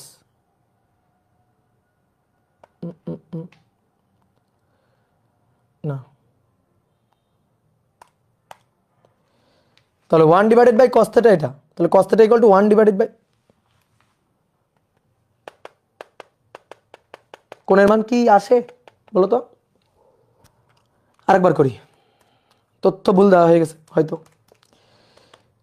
1416 ইন্টু 20 ডিভাইডেড বাই 60 তার স্কোয়ার ইন্টু 0.10, 9.8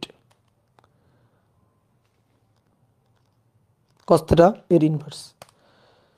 তথ্য ভুল দেওয়া হয়ে গেছে, এই কারণে কোণের মান আসছে না। তাহলে দেখি 20-এর জায়গায় 200 দিলে কি হয়? 20-এর জায়গায় 200 যদি দেওয়া হয় তাহলে তো আরও বেশি হয়ে যাবে। তাহলে 2 ইন্টু 3.1416 ডিভাইডেড বাই 60 ইন্টু 200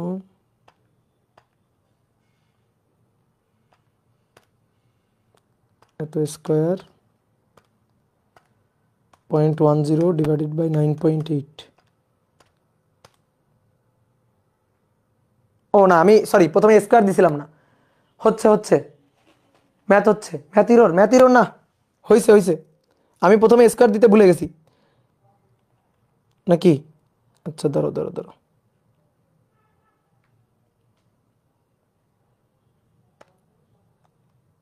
ও না, স্কোয়ার দিছিলাম তো। 200 দাও, 200 এখানে 200 দাও, 200 দিলে হবে, এখানে 200 দিলে হবে। আরপিএমটা চেঞ্জ করো, 0.10 ডিভাইডেড বাই 9.8। আরপিএমটা 200 করো, 200 আরপিএম, ঠিক আছে? আর সব জায়গায় ঠিকঠাক আছে? হ্যাঁ, 200 আরপিএম করো, তাহলে ঠিক আছে। 200 আরপিএম করে দাও, তাহলে ঠিক আছে। ঠিক আছে, দেখছো, একটা ম্যাথ দিতে গেলে তথ্য ঠিক দিয়ে দিতে হয়। তাহলে অতএব cos θ equal to 1 divided by answer, তাহলে 0.20। হ্যাঁ ঠিক আছে, 0.2234। তাহলে cos ইনভার্স অ্যান্সার, তাহলে অতএব θ ইকুয়াল টু 77.09 ডিগ্রি। ঠিক আছে, 77.09 ডিগ্রি। হ্যাঁ, এবার দেখো, ঠিক আছে, 200 দিলে ঠিক আছে। এই যে কোণের মানটা বের করে ফেললাম। এবার কোণের মান বের করলে তুমি পর্যায়কালও বের করতে পারবা, ভিও বের করতে পারবা, সবই বের করতে পারবা।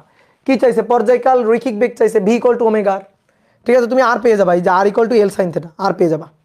আর V equal to omega R, omega R, omega 2 pi N divided by T, 2 pi N divided by T R, R হচ্ছে L sine theta, L sine theta. তাহলে এখানে সব মান বসাই দিবা, মান বসাই দিয়ে বেগের মানটা পেয়ে যাবা। টি এর মান তুমি ওমেগা জানো তো, দেখো ওমেগা জানো তো, টি এর মান কষ্ট করে আর সূত্র দিয়ে বের করার দরকার নেই। ঠিক আছে, তুমি ওমেগা জানো, দেখো এই যে টি না, এই টি এর সূত্র দিয়ে বের করবো কিনা তুমি, ভাই ওমেগা জানো তো, ওমেগা তো জানো। তাহলে omega equal to 2 pi by T, omega equal to 2 pi by T, এখান থেকে ডাইরেক্ট টি বের করে নিবা। কোনো সমস্যা আছে বলো? এই তো হয়ে গেল, শেষ। ব্যাংকিং এর এই সূত্রটা ডিরেক্ট বসানো যাইতো কিনা? সবসময় ব্যাংকিং এর সূত্র হবে না রে পাগল, এখানে কাকতালীয় ভাবে সেম হয়ে গেছে, এখানে কাকতালীয় ভাবে সেম হয়ে গেছে। এখানে যে ব্যাংকিং এর সূত্র আমি খাটাইছি এমনটা না, সূত্রটা ওরকম চলে আসছে কাকতালীয়।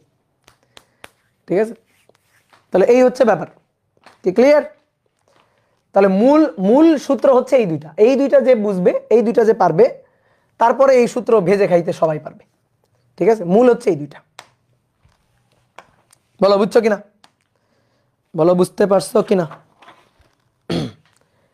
এবার বলা হচ্ছে একটি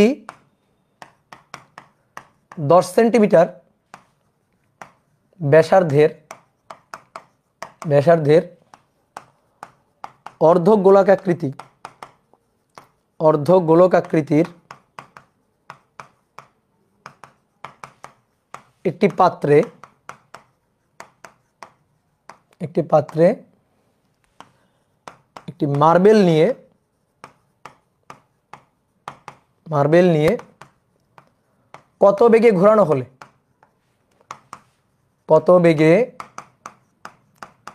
ঘোরানো হলে তা কেন্দ্রগামী উলম্ব রেখার সাথে 30 ডিগ্রি কোণ তৈরি করে। রেখার সাথে 30 ডিগ্রি কোণ তৈরি করে।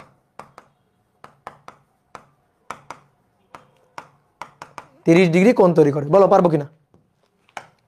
একই রকম, একটু আগে কনিক্যাল পেন্ডুলামের যে ম্যাথটা করলাম তার মতোই। একটা অর্ধ গোলকাকৃতির পাত্র, এই একটা অর্ধ গোলকাকৃতির পাত্র, এই পাত্রের মধ্যে একটা মার্বেল নিয়ে ঘোরানো হচ্ছে, এটা হচ্ছে সেন্টার। একটা মার্বেল নিয়ে ঘোরানো হচ্ছে পাত্রের মধ্যে। এই যে পাত্র এভাবে ধরে, এভাবে মার্বেলটাকে আমি ঘোরাচ্ছি। ঠিক আছে, মার্বেলটাকে ঘোরাচ্ছি, এটা হচ্ছে কেন্দ্রগামী উলম্ব রেখা। এই পাত্রের অর্ধ গোলকাকৃতির পাত্র তো, তাহলে কেন্দ্রগামী উলম্ব রেখা হচ্ছে এইটা। এমন ভাবে ঘোরানো হচ্ছে মার্বেলটাকে, ধরো মার্বেলটা এখানে আছে, এই মার্বেলটাকে এমন ভাবে একটা বৃত্তাকার পথে ঘোরানো হচ্ছে যেন কেন্দ্রগামী যে উলম্ব রেখা তার সাথে 30 ডিগ্রি কোণ করে থাকে। 30 ডিগ্রি কোণ তৈরি করে থাকে, উলম্ব রেখার সাথে কত কোণ? 30 ডিগ্রি। এই যে এই কোণটা 30 ডিগ্রি, এই কোণটা 30 ডিগ্রি, 30 ডিগ্রি কোণ তৈরি করে থাকে, 30 ডিগ্রি কোণ তৈরি করে থাকে। কি ক্লিয়ার? তো এইভাবে ঘোরানো হচ্ছে। তো এবার আমাদের বলতেছে কত বেগে ঘোরানো হচ্ছে, বেগের মানটা বের করো। উলম্ব রেখার সাথে 30 ডিগ্রি কোণ তৈরি করে থাকে, কত বেগে ঘোরালে? তো আসো, বৃত্তার পথে ঘুরছে, কেন্দ্রমুখী বলের যোগান লাগবে। তো কেন্দ্রমুখী বলের যোগান কেউ না কেউ তো দিবে, তাই না?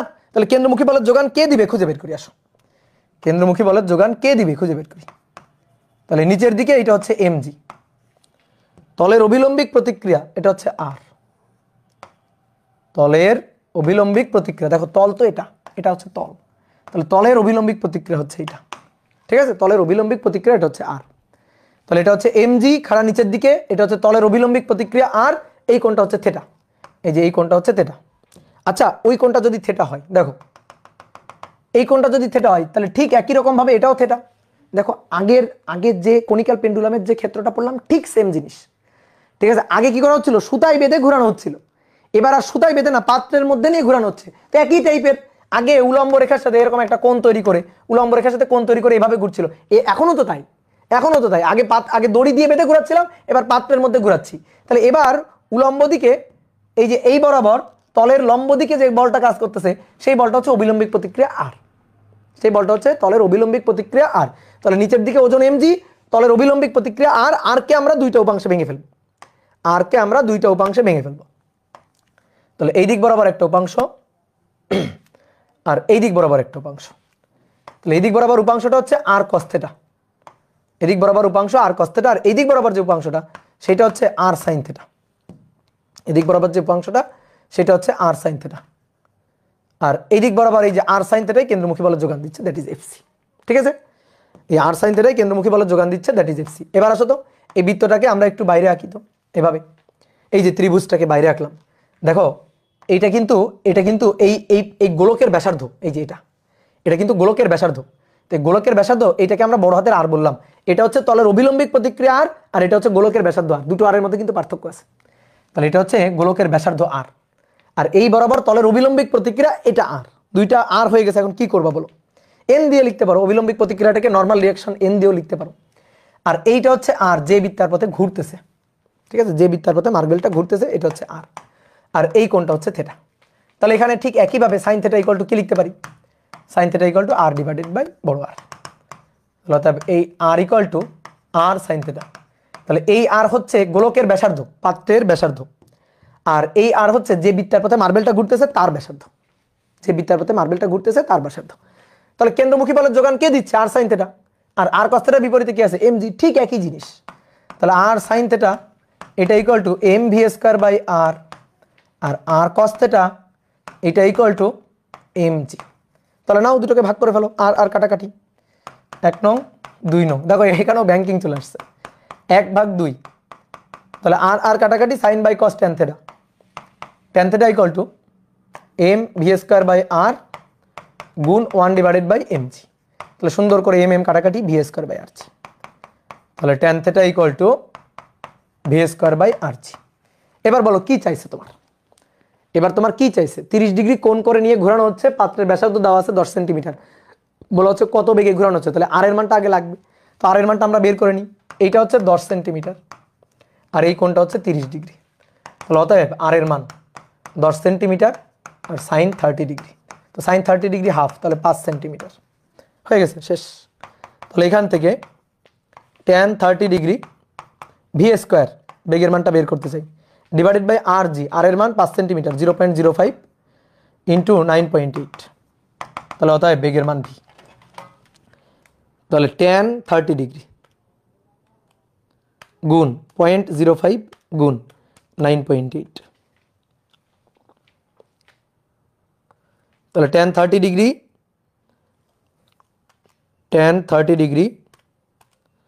গুণ 0.05 গুণ 9.8, তাহলে কত বেগ? 0.2829 এত মিটার পার সেকেন্ড বেগে ঘোরানো হচ্ছে। দেখো তো বেগটা ঠিক আসছে কিনা, বেগের মানটা ঠিক আসছে কিনা, দেখো তো বেগের মানটা ঠিক আসছে কিনা। ও রুট তো করি না, সরি, রুট করি নাই, রুট করতে ভুলে গেছি। 0.5318 এত মিটার পার সেকেন্ড, রুট করতে ভুলে গেছি। হ্যাঁ হ্যাঁ ঠিক আছে, রুট হবে। হ্যাঁ, কি ক্লিয়ার? দেখো কত সহজ, কত সহজ। বলো পারবা কিনা, বলো পারবা কিনা।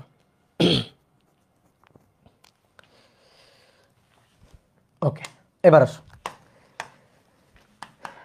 10 সেন্টিমিটার ব্যাসার্ধের 10 সেন্টিমিটার ব্যাসার্ধের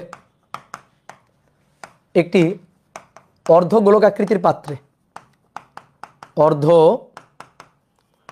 গোলক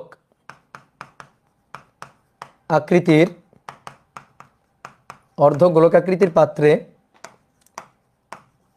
একটি মার্বেল নিয়ে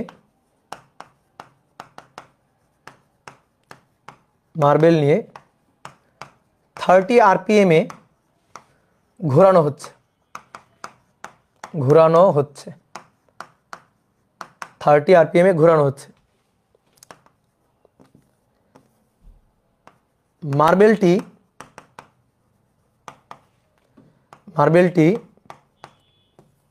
পাত্রের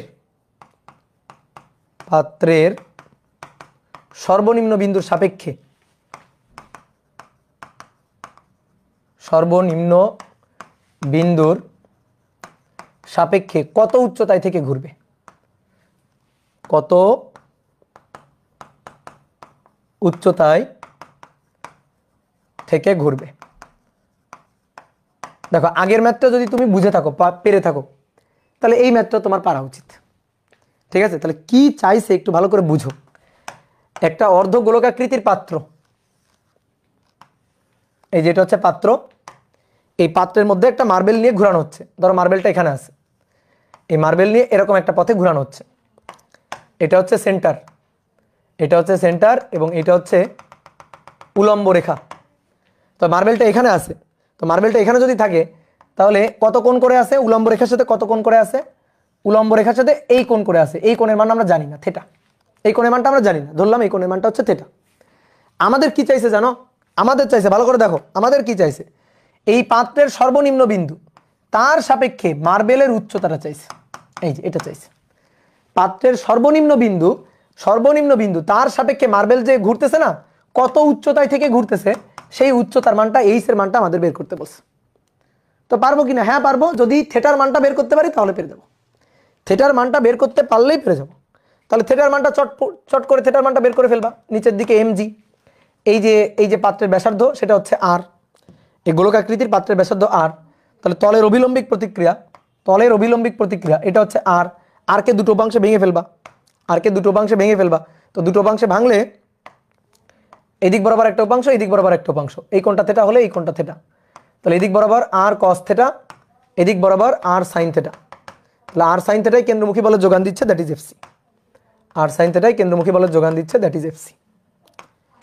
তাহলে ঠিক আগের মতো r sin থেটা এটা equal to mv square by r, আর r cos theta equal to mg।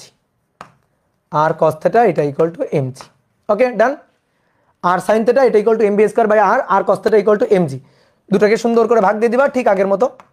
ঠিক আছে, অনেকে বলতে ভাই আমি ডাইরেক্ট যদি সূত্র মুখস্থ করে নিই, ডাইরেক্ট মুখস্থ করে নিতে পারো, কিন্তু কত সূত্র মুখস্থ করবা? নিয়ম মাথায় রাখবা, 1/2 r কাটাকাটি sin by cos tan theta equal to v square by rg। এইবার শোনো কি চাইছে। আমাদের দেওয়া আছে ওমেগা, কত আরপিএম এ ঘোরানো হচ্ছে আমাদের সেইটা বলে দেওয়া আছে। ওমেগা হচ্ছে 30 RPM, ওমেগাটা বলে দেওয়া আছে। তো ভি কে ভাঙলে ওমেগা আমরা পেয়ে যাব। আর এর মান আমরা জানি না, ওই আগের মতো, ঠিক আগের ম্যাথটার মতো। আর এর মান আমরা জানি না, তো আর এর মানটা আমরা বের করতে পারবো। দেখো আর এর মানটা আমরা বের করতে পারবো।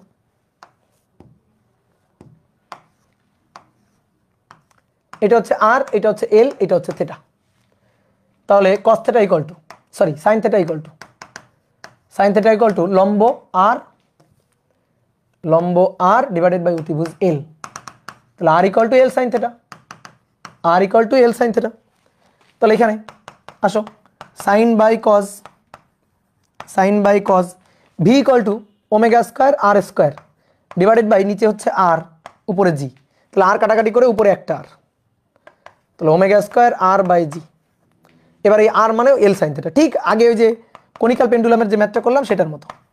Sign theta by cos theta এটা equal to omega square R, R এর মান L sine theta divided by G. তাহলে সাইন থেটা কাটাকাটি, সাইন থেটা কাটাকাটি, তাহলে 1 ডিভাইডেড বাই কস থেটা। এটা ইকুয়াল টু ওমেগা, ওমেগা হচ্ছে 2 পাই, এন হচ্ছে 30, 2 পাই এন হচ্ছে 30 ডিভাইডেড বাই, এবারও কি মান আসবে, এবার তো 30, দেখি এবার আবার কোণের মান আসে কিনা, 2 পাই এন ডিভাইডেড বাই টি, টি হচ্ছে 60, টি হচ্ছে 60 তার স্কোয়ার এল 10 সেন্টিমিটার, তার মানে 0.10, 0.10 ডিভাইডেড বাই 9.8।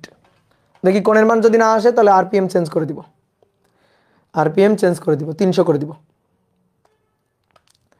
তাহলে 2 ইন্টু 3.1416 ইন্টু 30 ডিভাইডেড বাই 60 তার স্কোয়ার গুণ 0.10 ডিভাইডেড বাই 9.8 ডিভাইডেড বাই 9, এই তো হয়নি, এর ইনভার্স হয়নি। তাহলে এখানে 30-এর জায়গায়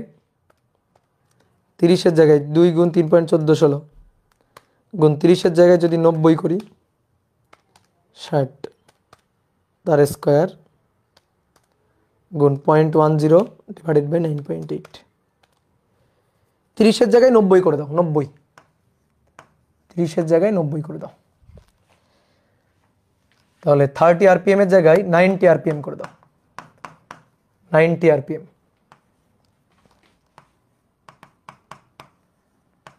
90 আরপিএম।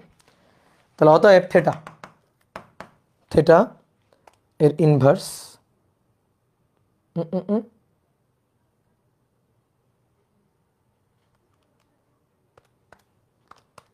3.14, দাঁড়াও থামো লিখো না, দাঁড়াও থামো, লিখো না আগে,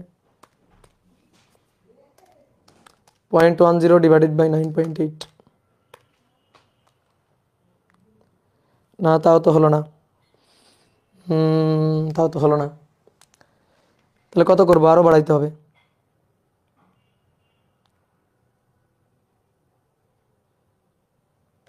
200 করে দিই একবারে, 200 করে দাও, 200 করে দাও, 200 আরপিএম,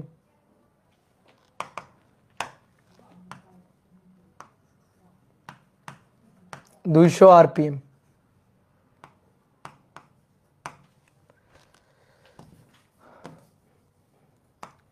ওমেগা 200 আরপিএম।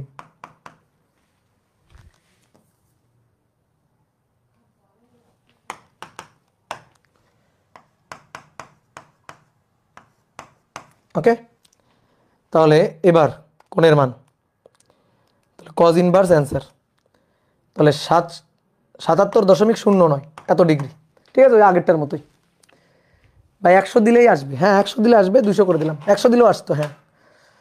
তাহলে থেটার মানটা পেয়ে গেলাম, তো থেটার মানটা পেয়ে গেলাম, এটা কিন্তু আমাদের অ্যান্সার না, থেটার মানটা আমরা পাইলাম, এটা কিন্তু আমাদের অ্যান্সার না, আবার কাটতে হবে, হ্যাঁ একটু কাটো, তো এটা কিন্তু আমাদের অ্যান্সার না, বলো অ্যান্সার কোনটা, অ্যান্সার কোনটা, অ্যান্সার হচ্ছে এইচ, অ্যান্সার হচ্ছে এইচ। তাহলে দেখো ভালো করে শোনো, অ্যান্সার কোনটা, আমাদের অ্যান্সার চাইছে কোনটা, এইটা হচ্ছে মার্বেলের অবস্থান, এটা হচ্ছে মার্বেলের অবস্থান, এটা হচ্ছে আর, এটা হচ্ছে এল, এটা হচ্ছে থেটা।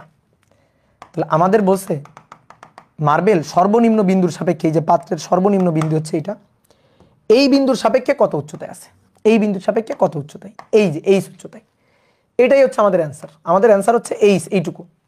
তাহলে দেখো ভাইয়া, এইখান থেকে এই পুরোটুকু কিন্তু আর, পাত্রের ব্যাসার্ধ আর, ঠিক আছে, এইটা, এই যে এটাকে এল বলছি না, এল বলছি, ওই যে এল মানেই তো আর, আর কি, এল মানেই আর, এই এল মানেই আর, এখানে বড় হাতের আর দিয়ে লিখো, এল দিয়ে বললেও সমস্যা নাই, এল দিয়ে বললেও সমস্যা নেই। তাহলে এইটা হচ্ছে আমাদের বড় হাতের আর, তাহলে এইটুকু কত, দেখো তো, বলো তো এইটুকু কত, বলো এইটুকু কত, বলো এইটুকু কত, এইটুকু হচ্ছে আর কস থেটা, আর কস থেটা এইটুকু, ঠিক আছে, ওকে। তাহলে আর থেকে আর কস থেটা বাদ, h equal to R minus R cos theta, ঠিক আছে, এটাই হচ্ছে অ্যান্সার। তাহলে আর কমন নিয়ে নাও, আর কমন নিয়ে 1 মাইনাস কস থেটা, এবার নিচে করে ফেলো, 0.10 1 মাইনাস কজ 77.09 ডিগ্রি। এই করে ফেলো এখান থেকে, শেষ। কি ক্লিয়ার? তাহলে এই হচ্ছে ঘটনা।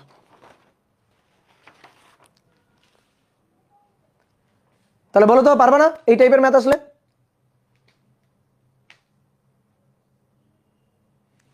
ভাই আর কয়টা ক্লাস? আর 2টো ক্লাস, আর মাত্র 2টো ক্লাস। ওকে, ডান। তাহলে এবার আসো, এবার একটা সুন্দর ম্যাথ করাবো। এনডিসিতে আসা, এনডিসিতে টেস্টে আসা, এনডিসিতে টেস্টে আসা। বলা হচ্ছে সার্কাসে, সার্কাসের খেলায় এরকম একটা সরু নল, এরকম একটা সরু নল, এই সরু নলের মধ্য দিয়ে একটা দড়ি প্রবেশ করানো হয়েছে, একটা দড়ি প্রবেশ করানো হয়েছে। দড়ি প্রবেশ করানোর পরে দড়ির এক প্রান্ত ধরে, এই দড়ির এক প্রান্ত, বাইরের যে প্রান্ত, সেই বাইরের প্রান্ত ধরে একজন লোক, বাইরের প্রান্ত ধরে একজন শিল্পী, সার্কাসের একজন শিল্পী, এই যে বাইরের প্রান্ত ধরে এভাবে এরকম একটা বৃত্তার পথে ঘুরতেছে।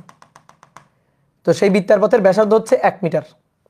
যে বৃত্তার পথে ঘুরতেছে সেই বৃত্তপথের ব্যাসার্ধ হচ্ছে 1 মিটার।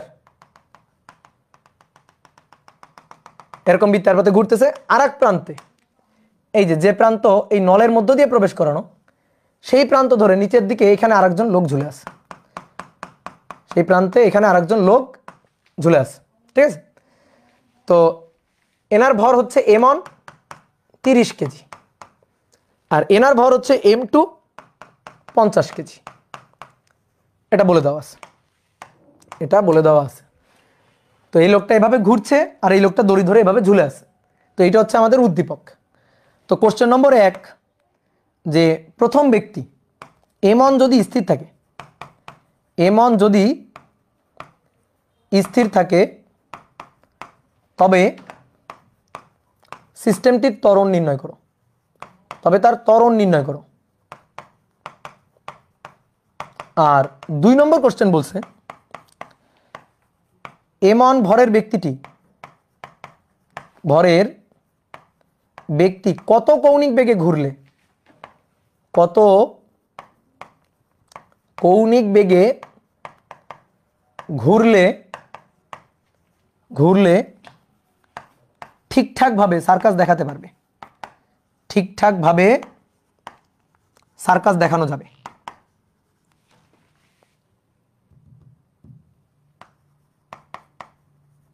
খুবই সুন্দর একটা কোশ্চেন, আমার খুবই ভালো লাগছে। দেখানো যাবে, ঠিক আছে? খুবই সুন্দর একটা কোশ্চেন। ওকে, একজন কি বলছে, একজন জায়েদ খান আর একজন অনন্ত জলিল। হ্যাঁ, এইটা হচ্ছে জায়েদ খান আর এটা হচ্ছে অনন্ত জলিল। তো দেখো, প্রথমে আসো, প্রথমে কি বলছে? প্রথমে বলছে m1 যদি স্থির থাকে, m1 যদি না ঘুরে। আচ্ছা দেখি কে বলতে পারে, m1 যদি স্থির থাকে, m1 যদি না ঘুরে, তাহলে এই সিস্টেমটা কি হবে? m1 যদি না ঘুরে তাহলে এই সিস্টেমটা কি হবে বলো?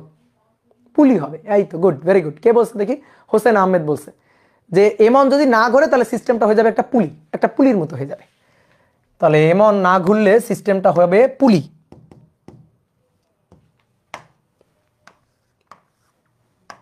এই যেটা হচ্ছে নল,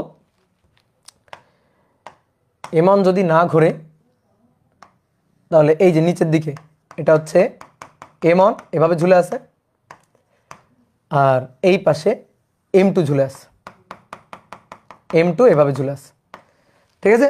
তাহলে m1 এর ভর হচ্ছে 30 কেজি, m2 এর ভর 50 কেজি, তাহলে m2 বেশি, m2 50 কেজি বেশি, আর m1 30 কেজি, 30 কেজি কম। তাহলে কি হবে? পুলি সিস্টেম, এটা একটা পুলির মতো। তাহলে পুলির মতো m2 নিচের দিকে নামবে, m1 উপরের দিকে উঠবে, m2 নিচের দিকে নামবে, m1 উপরের দিকে উঠবে। তাহলে m2 নিচের দিকে যে ত্বরণ নিয়ে নামবে সেই ত্বরণটা a, আর m1 উপরের দিকে যে ত্বরণ নিয়ে উঠবে সেই ত্বরণটা a। তো এই ত্বরণ বের করতে পারি কিনা? আমরা পারি। সূত্র কি ছিল? বড় ভর বিয়োগ ছোট ভর, আর নিচে দুটো ভরের যোগফল, m1 প্লাস m2 বা m2 plus m1, m1 plus m2 বা m2 প্লাস m1 ইন্টু জি। দেখো তো এই সূত্র ছিল কিনা। এবার কি এই সূত্র আমি তোমাকে করে দেখাবো কিভাবে আসলো। ঠিক আছে? কিভাবে আসলো এটা কি করে দেখাইতে হবে? করে দেখাইতে হলে কিন্তু মায়ের হবে, মায়ের, একেবারে মায়ের। তাহলে 50 বিয়োগ m1 হচ্ছে 30, আর নিচে 50 যোগ 30, জি এর মান কত? 9.8। তো শেষ, 3 মার্ক পেয়ে গেলাম। তাহলে উপরে 20 আর নিচে হচ্ছে 80 গুণ 9.8, তাহলে 2.45 এত মিটার পার সেকেন্ড স্কয়ার, এই হচ্ছে ত্বরণ। ঠিক আছে, তাহলে ত্বরণ হবে এটা গেল এটা। এবার আসো 2 নম্বর কোশ্চেনটা বলছে যে কত কৌণিক বেগে ঘুরলে এই ঘটনাটা ঘটানো যাবে। ঠিক আছে, কি ঘটনাটা ঘটানো যাবে? এমন স্থির থাক, মানে সরি এমন ওই পয়েন্টে থেকে ঘুরতে থাকবে 1 মিটার ব্যাসার্ধে বৃত্তার পথে, এভাবে ঘুরতে থাকবে, এভাবে ঘুরতে থাকবে। ঠিক আছে, M2 ঝুলে আছে, M2 ঝুলে আছে। তুমি বলতে পারো ভাই M2 নিচে পড়ে যাবে না? না, পড়বে না। ওটাই তো কথা, যে M1 যদি ঘুরতে থাকে একটা নির্দিষ্ট কৌণিক বেগ নিয়ে যদি ঘুরতে থাকে, তাহলে M2 নিচে পড়ে যাবে না। ঠিক আছে, M2 নিচে পড়ে যাবে না, M2 ঝুলে থাকবে আর M1 এভাবে ঘুরতে থাকবে। একটা নির্দিষ্ট কৌণিক বেগে ঘুরলে এটা সম্ভব। একটা নির্দিষ্ট কৌণিক বেগে ঘুরলে 1 মিটার ব্যাসার্ধের বৃত্তার পথে যদি নির্দিষ্ট একটা কৌণিক বেগ নিয়ে ঘোরে, তাহলে এই ঘটনাটা ঘটানো সম্ভব। ঠিক আছে, তাহলে আমরা সেটাই দেখব যে কত কৌণিক বেগ নিয়ে ঘুরলে এই ঘটনাটা ঠিকঠাকভাবে ঘটানো যাবে। তাহলে আসো দেখো একটু চিত্র আঁকি। এইটা হচ্ছে নল বা পাইপটা, একটু ছোট্ট করে আঁকি। এটা হচ্ছে নল বা পাইপটা,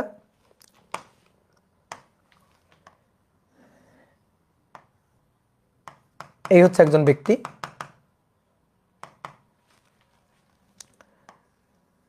আর দড়ির এই প্রান্তে আর একজন ব্যক্তি।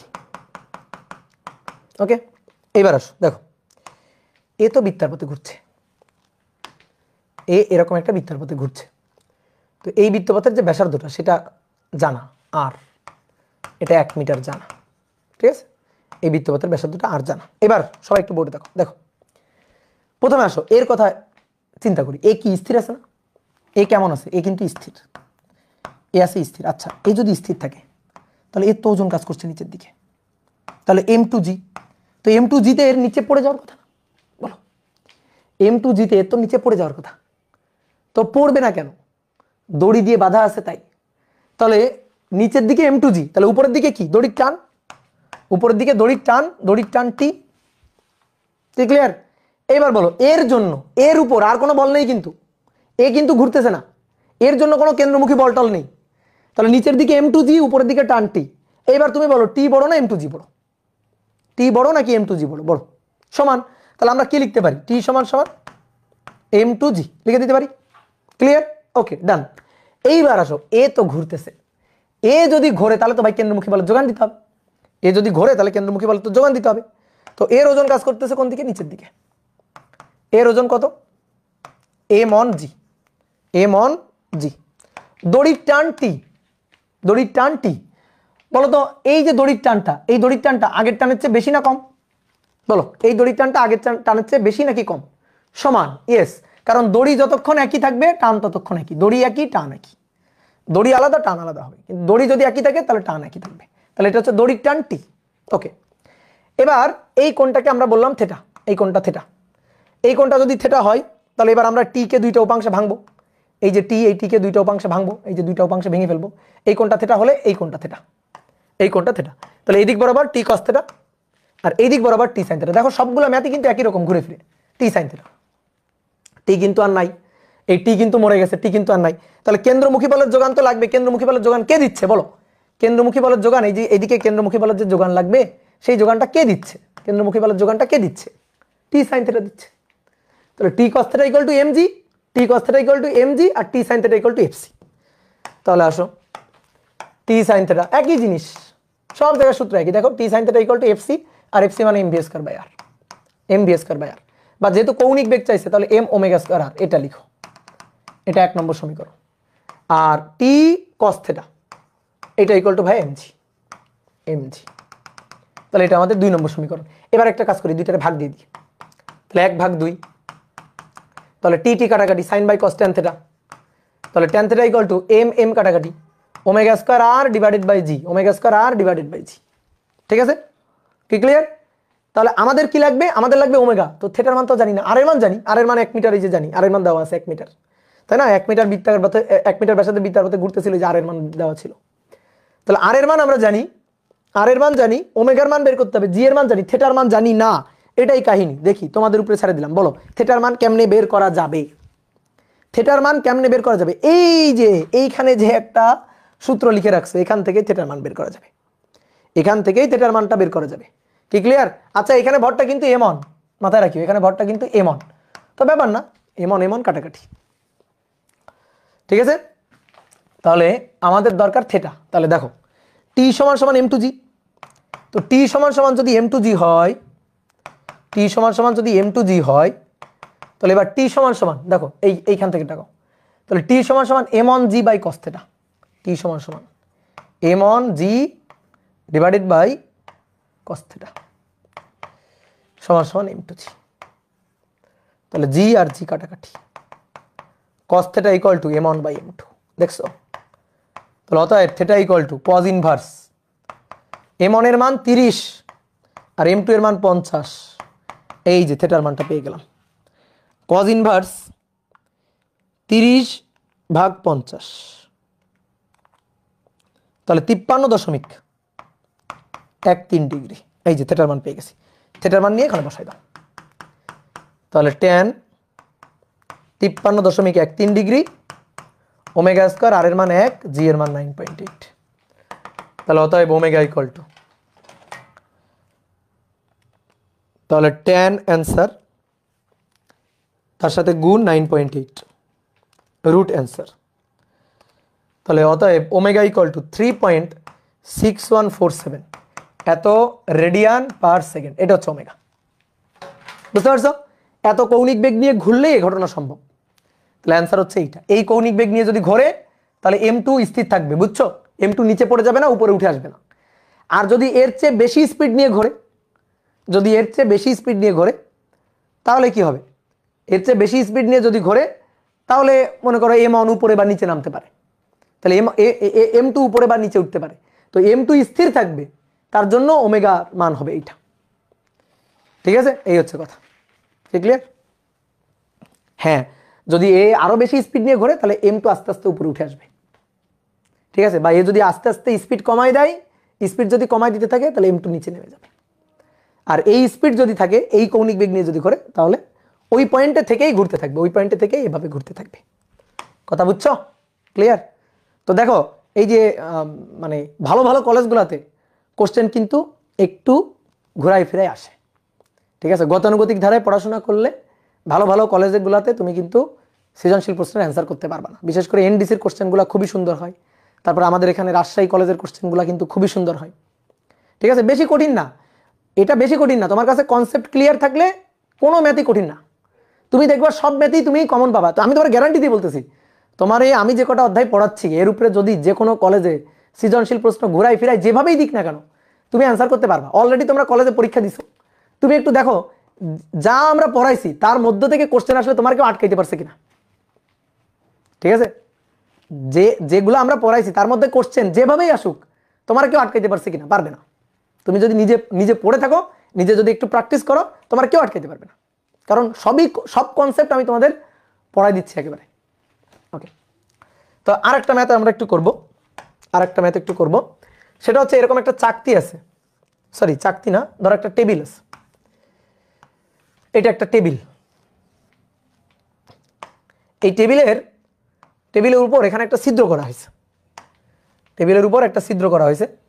ছিদ্র করে এখান থেকে দড়ি প্রবেশ করাই দিছি, দিয়ে এইখানে একটা ভার ঝুলাই রাখছি। এই ভারটা হচ্ছে m1, এটা হচ্ছে 0.3 কেজি। আর এই টেবিলের উপরে একটা ভার আছে, টেবিলের উপরে একটা ভার বেঁধে রাখছি, এটা হচ্ছে m2, এটা হচ্ছে 0.5 কেজি, 0.5 কেজি। ঠিক আছে, এবার বলা হচ্ছে এর ব্যাসার্ধ হচ্ছে 3 সেন্টিমিটার। তো এইটা কত বেগে ঘুরতে থাকলে, এই টেবিলটা কিন্তু ঘর্ষণহীন টেবিল, তো এই যে এই বস্তুটা উপরে যে বস্তুটা আছে, এই বস্তুটা কত বেগে টেবিলের উপর থেকে ঘুরতে থাকলে,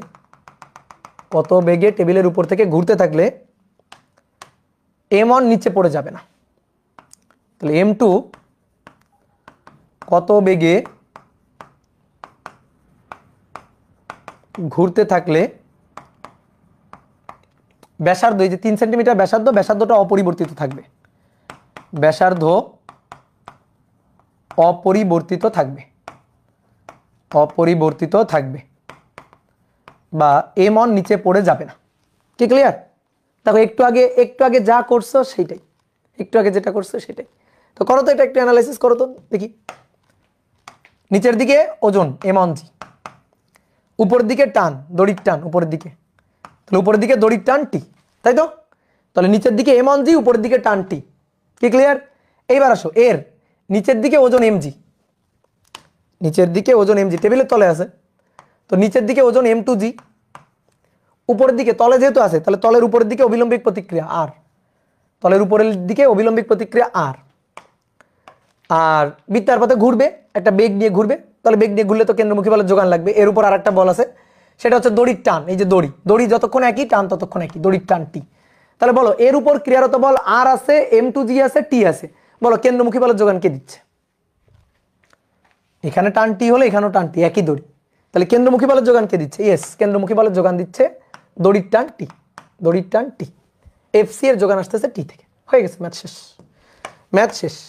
আসো তাহলে এখানে টি সমান সমান m/g, ওকে, আর এখানে টি সমান সমান m2 mv²/r, মানে এফসি আর কি, একটু লিখি এফসি, তাহলে টি ইকুয়াল টু এফসি মানে mv²/r, কোন m m2, আর এই টি ইকুয়াল টু উপর থেকে এনে টি equal two m1g, m2 v²/r।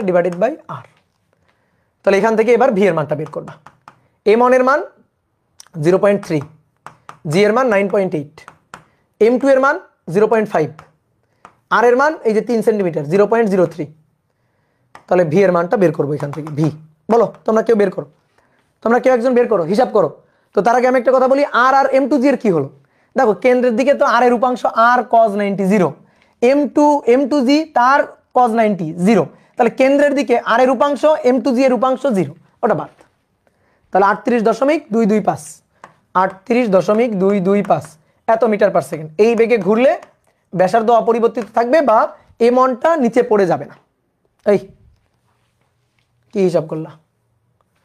দেখছো তোমাদের বিশ্বাস করতে হয় না। 0.42, তাই তো ভাবি এত স্পিড করতে গিয়ে আসলো। 0.42। ফাইয়াদ উৎস কি হইলো? তোমার কি হয়েছে? তোমার ক্যালকুলেটর কি মিথ্যা কথা কইতেছে? ক্যালকুলেটরে কি খাওয়াইছো বলো, মিথ্যা কথা কেন কইতেছে? হ্যাঁ, নামটা নেওয়ার জন্য ধরে মারবো, ফাজিল। ওকে, একটি ঘর্ষণযুক্ত টেবিলের উপর একটি ঘর্ষণযুক্ত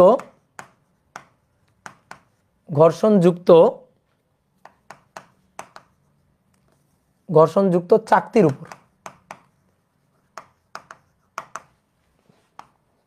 উপর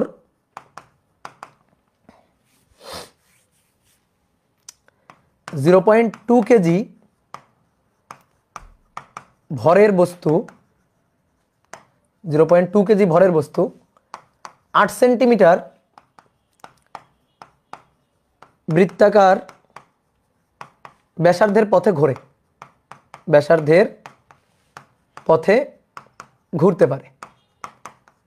ঘুরতে পারে, তাহলে 0.5 কেজি ভরের বস্তু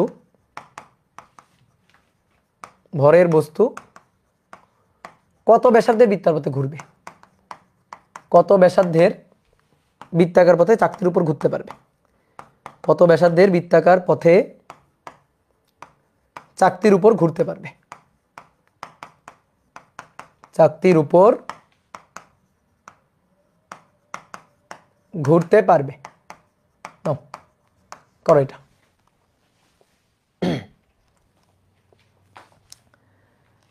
ঠিক আছে, তাহলে একটা চাকতি আছে এরকম, এই বড় চাকতি। ঠিক আছে, এই চাকতিটার উপর এটা হচ্ছে কেন্দ্রগামী অক্ষ। চাকতিটা ঘুরতেছে, চাকতিটা একটা ওমেগা কৌণিক বেগ নিয়ে ধরো ঘুরতেছে। তো বলা হচ্ছে 0.2 কেজি ভরের একটি বস্তু 8 সেন্টিমিটার ব্যাসার্ধের পথে ঘুরতে পারে। ঠিক আছে, তো ধরো এইখানে আমি একটা বস্তু রাখছি, এখানে বস্তুটা রাখছি।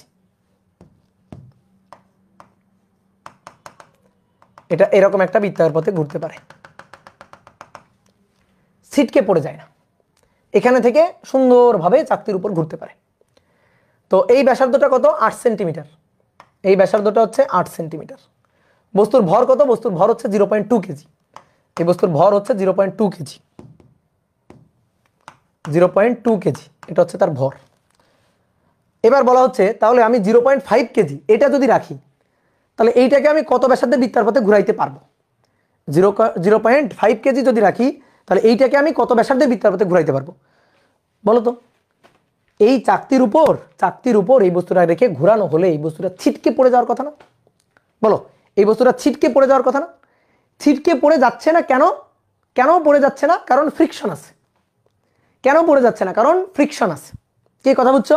ফ্রিকশন তাকে টেনে ধরে রাখছে, ফ্রিকশন তাকে টেনে ধরে রাখছে, কেন্দ্রের দিকে বল দিয়ে টেনে ধরে রাখছে। তাহলে দেখো, এই বস্তুর উপর ক্রিয়ারত বল অ্যানালাইসিস করি। নিচের দিকে ওজন এমজি, তলের অভিলম্বিক প্রতিক্রিয়া উপরের দিকে আর, তলের অভিলম্বিক প্রতিক্রিয়া উপরের দিকে আর, ঠিক আছে? এইবার দেখো, ছিটকে তো বাইরে বের হয়ে যাওয়ার কথা, ওই যে ব্যাংকিং এ দেখাইছিলাম না, পিছলে বাইরে সরে যাওয়ার কথা, বাইরে পড়ে যাওয়ার কথা। তাহলে বিপরীত দিকে কি কাজ করবে? ফ্রিকশন। তাহলে ফ্রিকশন ওকে টেনে ধরে রাখবে। তাহলে ফ্রিকশন টেনে ধরে রাখছে এই দিক বরাবর, ফ্রিকশন এফএস, ফ্রিকশন টেনে ধরে রাখছে। তাহলে টেনে ধরে রাখলে সেই ফ্রিকশন কি? স্থিতি ঘর্ষণ না চল ঘর্ষণ? বলো, কাইনেটিক ফ্রিকশন না static friction? Static friction, that is FS. দেখো, ফ্রিকশন আছে বলেই কিন্তু আছে, ফ্রিকশন না থাকলে কিন্তু পিছলে পড়ে যাইতো, পিছলে সরে যাইতো। তাহলে এই যে পিছলানো শুরু করবে, টেনে ধরে রাখবে। তাহলে টেনে ধরে রাখছে কে? Static friction. তাহলে এবার দেখো তো এই ক্ষেত্রে আমরা এটা লিখতে পারি কিনা। এই যে ব্যাসার্ধটা, এই ব্যাসার্ধটা বৃত্তার পথের ব্যাসার্ধটা আর1 বললাম। তাহলে কেন্দ্রের দিকে কেন্দ্রমুখী বলের যোগান কে দিচ্ছে? এফএস। এটাই কেন্দ্রমুখী বলের যোগান দিচ্ছে, এই যে এটাই এফসি। এফসি কার কাছ থেকে আসতেছে? এফএস এর কাছ থেকে। তাহলে ভাই আর সমান সমান এমজি, আর কেন্দ্রমুখী বলের যোগান এফসি, এই এফসি সমান সমান এফএস, এফসি সমান সমান এফএস। কি ক্লিয়ার? তাহলে এফসি হচ্ছে M V square by R, M V square divided by R. এটা ইকুয়াল টু এফএস, এফএস হচ্ছে মিউ, মিউ ইন্টু আর বা মিউ এস ইন্টু আর। আর আর মানে কত? এমজি। একবার লিখে দিই, আর মানে হচ্ছে এমজি, ঠিক আছে? আর মানে হচ্ছে এমজি। তাহলে এম এম কাটাকাটি গেল, এম এম কাটাকাটি গেল।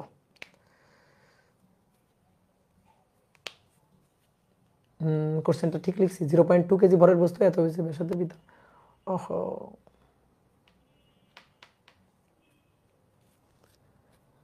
একই বেগে ঘোরানো হচ্ছে, বেগ একই।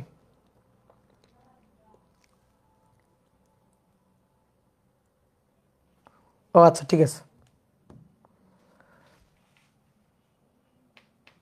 M omega square R, m omega square R mu R, R mg, R mg that is FS friction.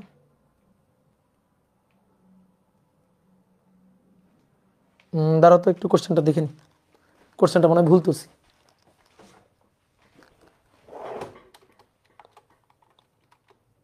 কই খুঁজবো আমি? এটা কাদের করেছিলাম?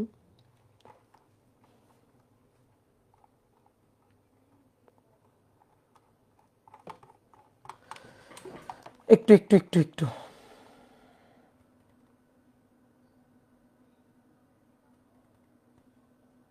দেখছো, ভুল লিখছি। চাকতি ও ব্লকটির তলের ঘর্ষণ গুণাঙ্ক এত, চাকতির কেন্দ্র থেকে 8 সেন্টিমিটার দূরে ব্লকটি রেখে চাকতিকে মিনিটে এতবার ঘোরানো গেলে 13 সেন্টিমিটার দূরে রেখে মিনিটে কতবার ঘোরানো যাবে? তাহলে কোশ্চেনটা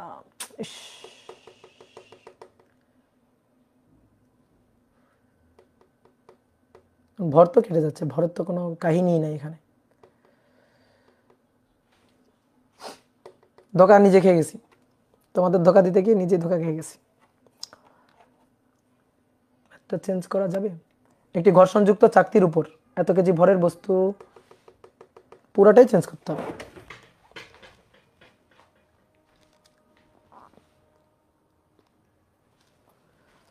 পুরাটাই চেঞ্জ করতে হবে। কাটো এটা, সরি, খুবই খুবই সরি,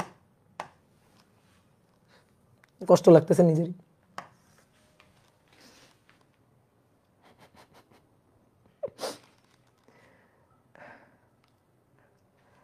না, তাহলে এটা একটু বাদ দিয়ে দিলাম, কোশ্চেনটা তুলতে ভুল করে ফেলছি। তাহলে আসো, একটি চাকতির তলের সাথে কোনো বস্তুর ঘর্ষণ গুণাঙ্ক, একটি চাকতির তলের সাথে কোনো বস্তুর ঘর্ষণ গুণাঙ্ক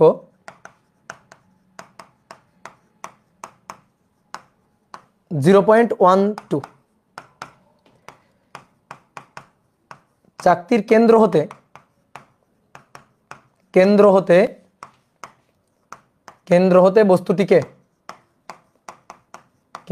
বস্তুটিকে 8 সেন্টিমিটার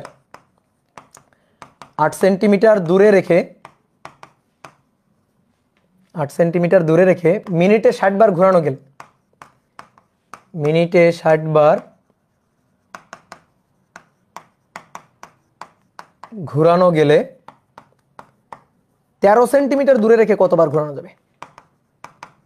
13 সেন্টিমিটার দূরে রেখে কতবার ঘোরানো যাবে? এটা ঠিকঠাক কোশ্চেন, ঠিক আছে? 13 সেন্টিমিটার দূরে রেখে কতবার ঘোরানো যাবে? তো চলো এবার করে ফেলি। এই যে এটা হচ্ছে চাকতি, চাকতিটাকে একটু বড় করে আঁকি। এটা হচ্ছে চাকতি, এটা হচ্ছে এর কেন্দ্র, তো চাকতির উপর বস্তুটা আছে কত দূরে? 8 সেন্টিমিটার দূরে। 8 সেন্টিমিটার দূরে এখানে বস্তুটা আছে, ঠিক আছে? 8 সেন্টিমিটার দূরে। তো এবার 8 সেন্টিমিটার দূরে যখন আছে, এরকম একটা বৃত্তার পথে ঘুরতেছে, মিনিটে 60 বার করে আমি ঘোরাচ্ছি, মিনিটে 60 বার।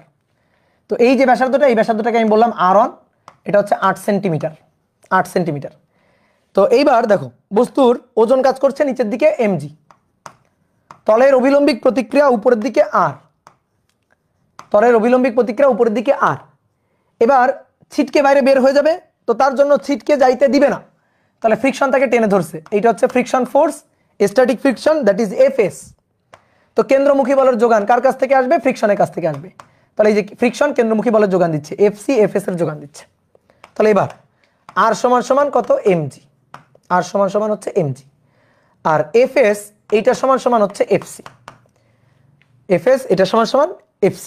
এবার একটু বোর্ডে দেখো, যেহেতু মিনিটে 60 বার ঘোরানো হচ্ছে, দ্যাট ইজ ওমেগা, তাহলে আমরা Fc কে m ওমেগা স্কয়ার r এই ফরম্যাটে লিখবো, m ওমেগা স্কয়ার r এই ফরম্যাটে লিখবো, ঠিক আছে?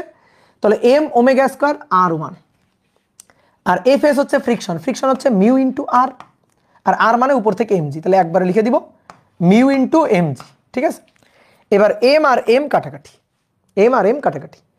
দেখো রাস্তার ঘর্ষণ গুণাঙ্ক বা চাকতির ঘর্ষণ গুণাঙ্ক সেটা গিভেন, এটা না দেওয়া থাকলেও কোনো সমস্যা ছিল না, 0.12 গিভেন, 0.12 গিভেন। তাহলে তুমি একটু খেয়াল করে দেখো যে আমি 8 সেন্টিমিটার দূরে রেখে মিনিটে 60 বার ঘোরাচ্ছি, তো বলা হচ্ছে 13 সেন্টিমিটার দূরে রেখে মিনিটে আমি কয়বার ঘোরাইতে পারবো? তাহলে এখন এই যে আমি এখন যে ঘোরাচ্ছি কৌণিক বেগ ওমেগা 1, মিনিটে 60 বার, তার মানে 60 rpm, দ্যাট ইজ ওমেগা 1, তাহলে এটাকে ওমেগা 1 বললাম, কি ক্লিয়ার? এইবার এরপরে যখন ধরো পরবর্তীতে চাকতির উপর, এখন তো আঁকার জায়গা নাই,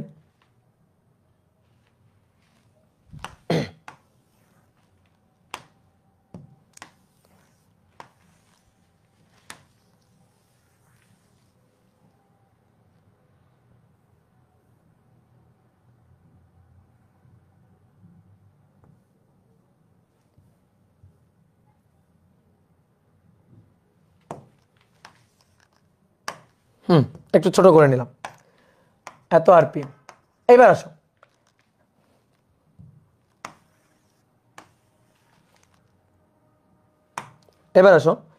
যখন এবার চাকতিটাকে আমি ঘোরাবো মিনিটে কতবার, সেইটা আমি বের করতে চাই, ওমেগা 2। তো এবার আমি বস্তুটাকে কত দূরে রাখবো? 13 সেন্টিমিটার দূরে রাখবো।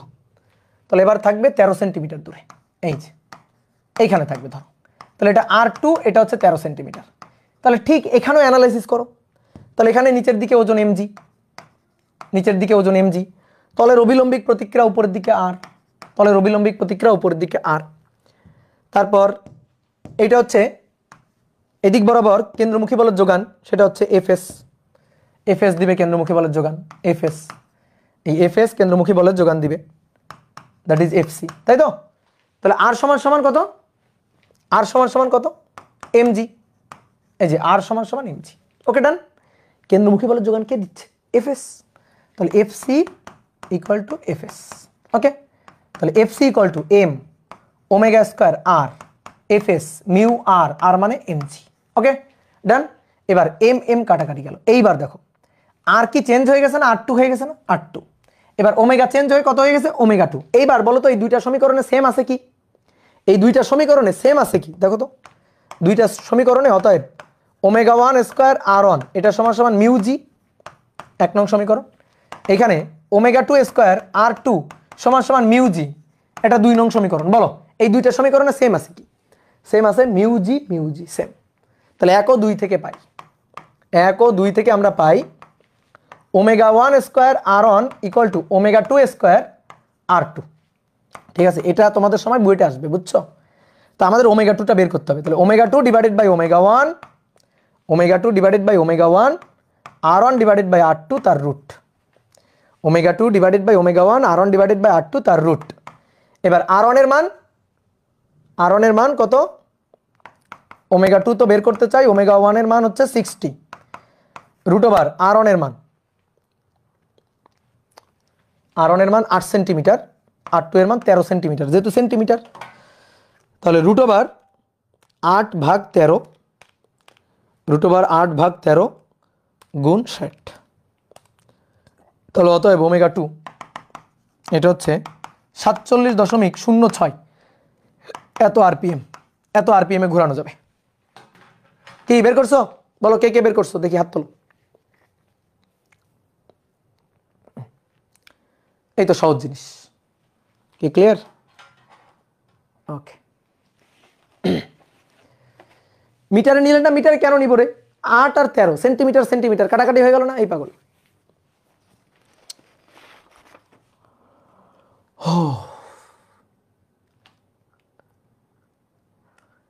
আপনার কষ্টে কেন্দ্রে দিয়েছি, কেন্দ্রে দিয়ে আর কি করবো বলো?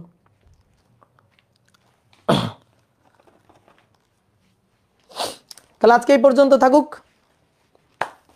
ফায়াদ উৎস বলছে লস প্রজেক্ট। কিসের লস প্রজেক্ট রে? এই পাগল দাদা এইচডাব্লিউ দেন। এইচডাব্লিউ এখন সব, এই অধ্যায় তো হয়ে গেছে, শুধু রকেট বাদ দিয়ে পরের দিন রকেট পড়লেই শেষ। টাটা।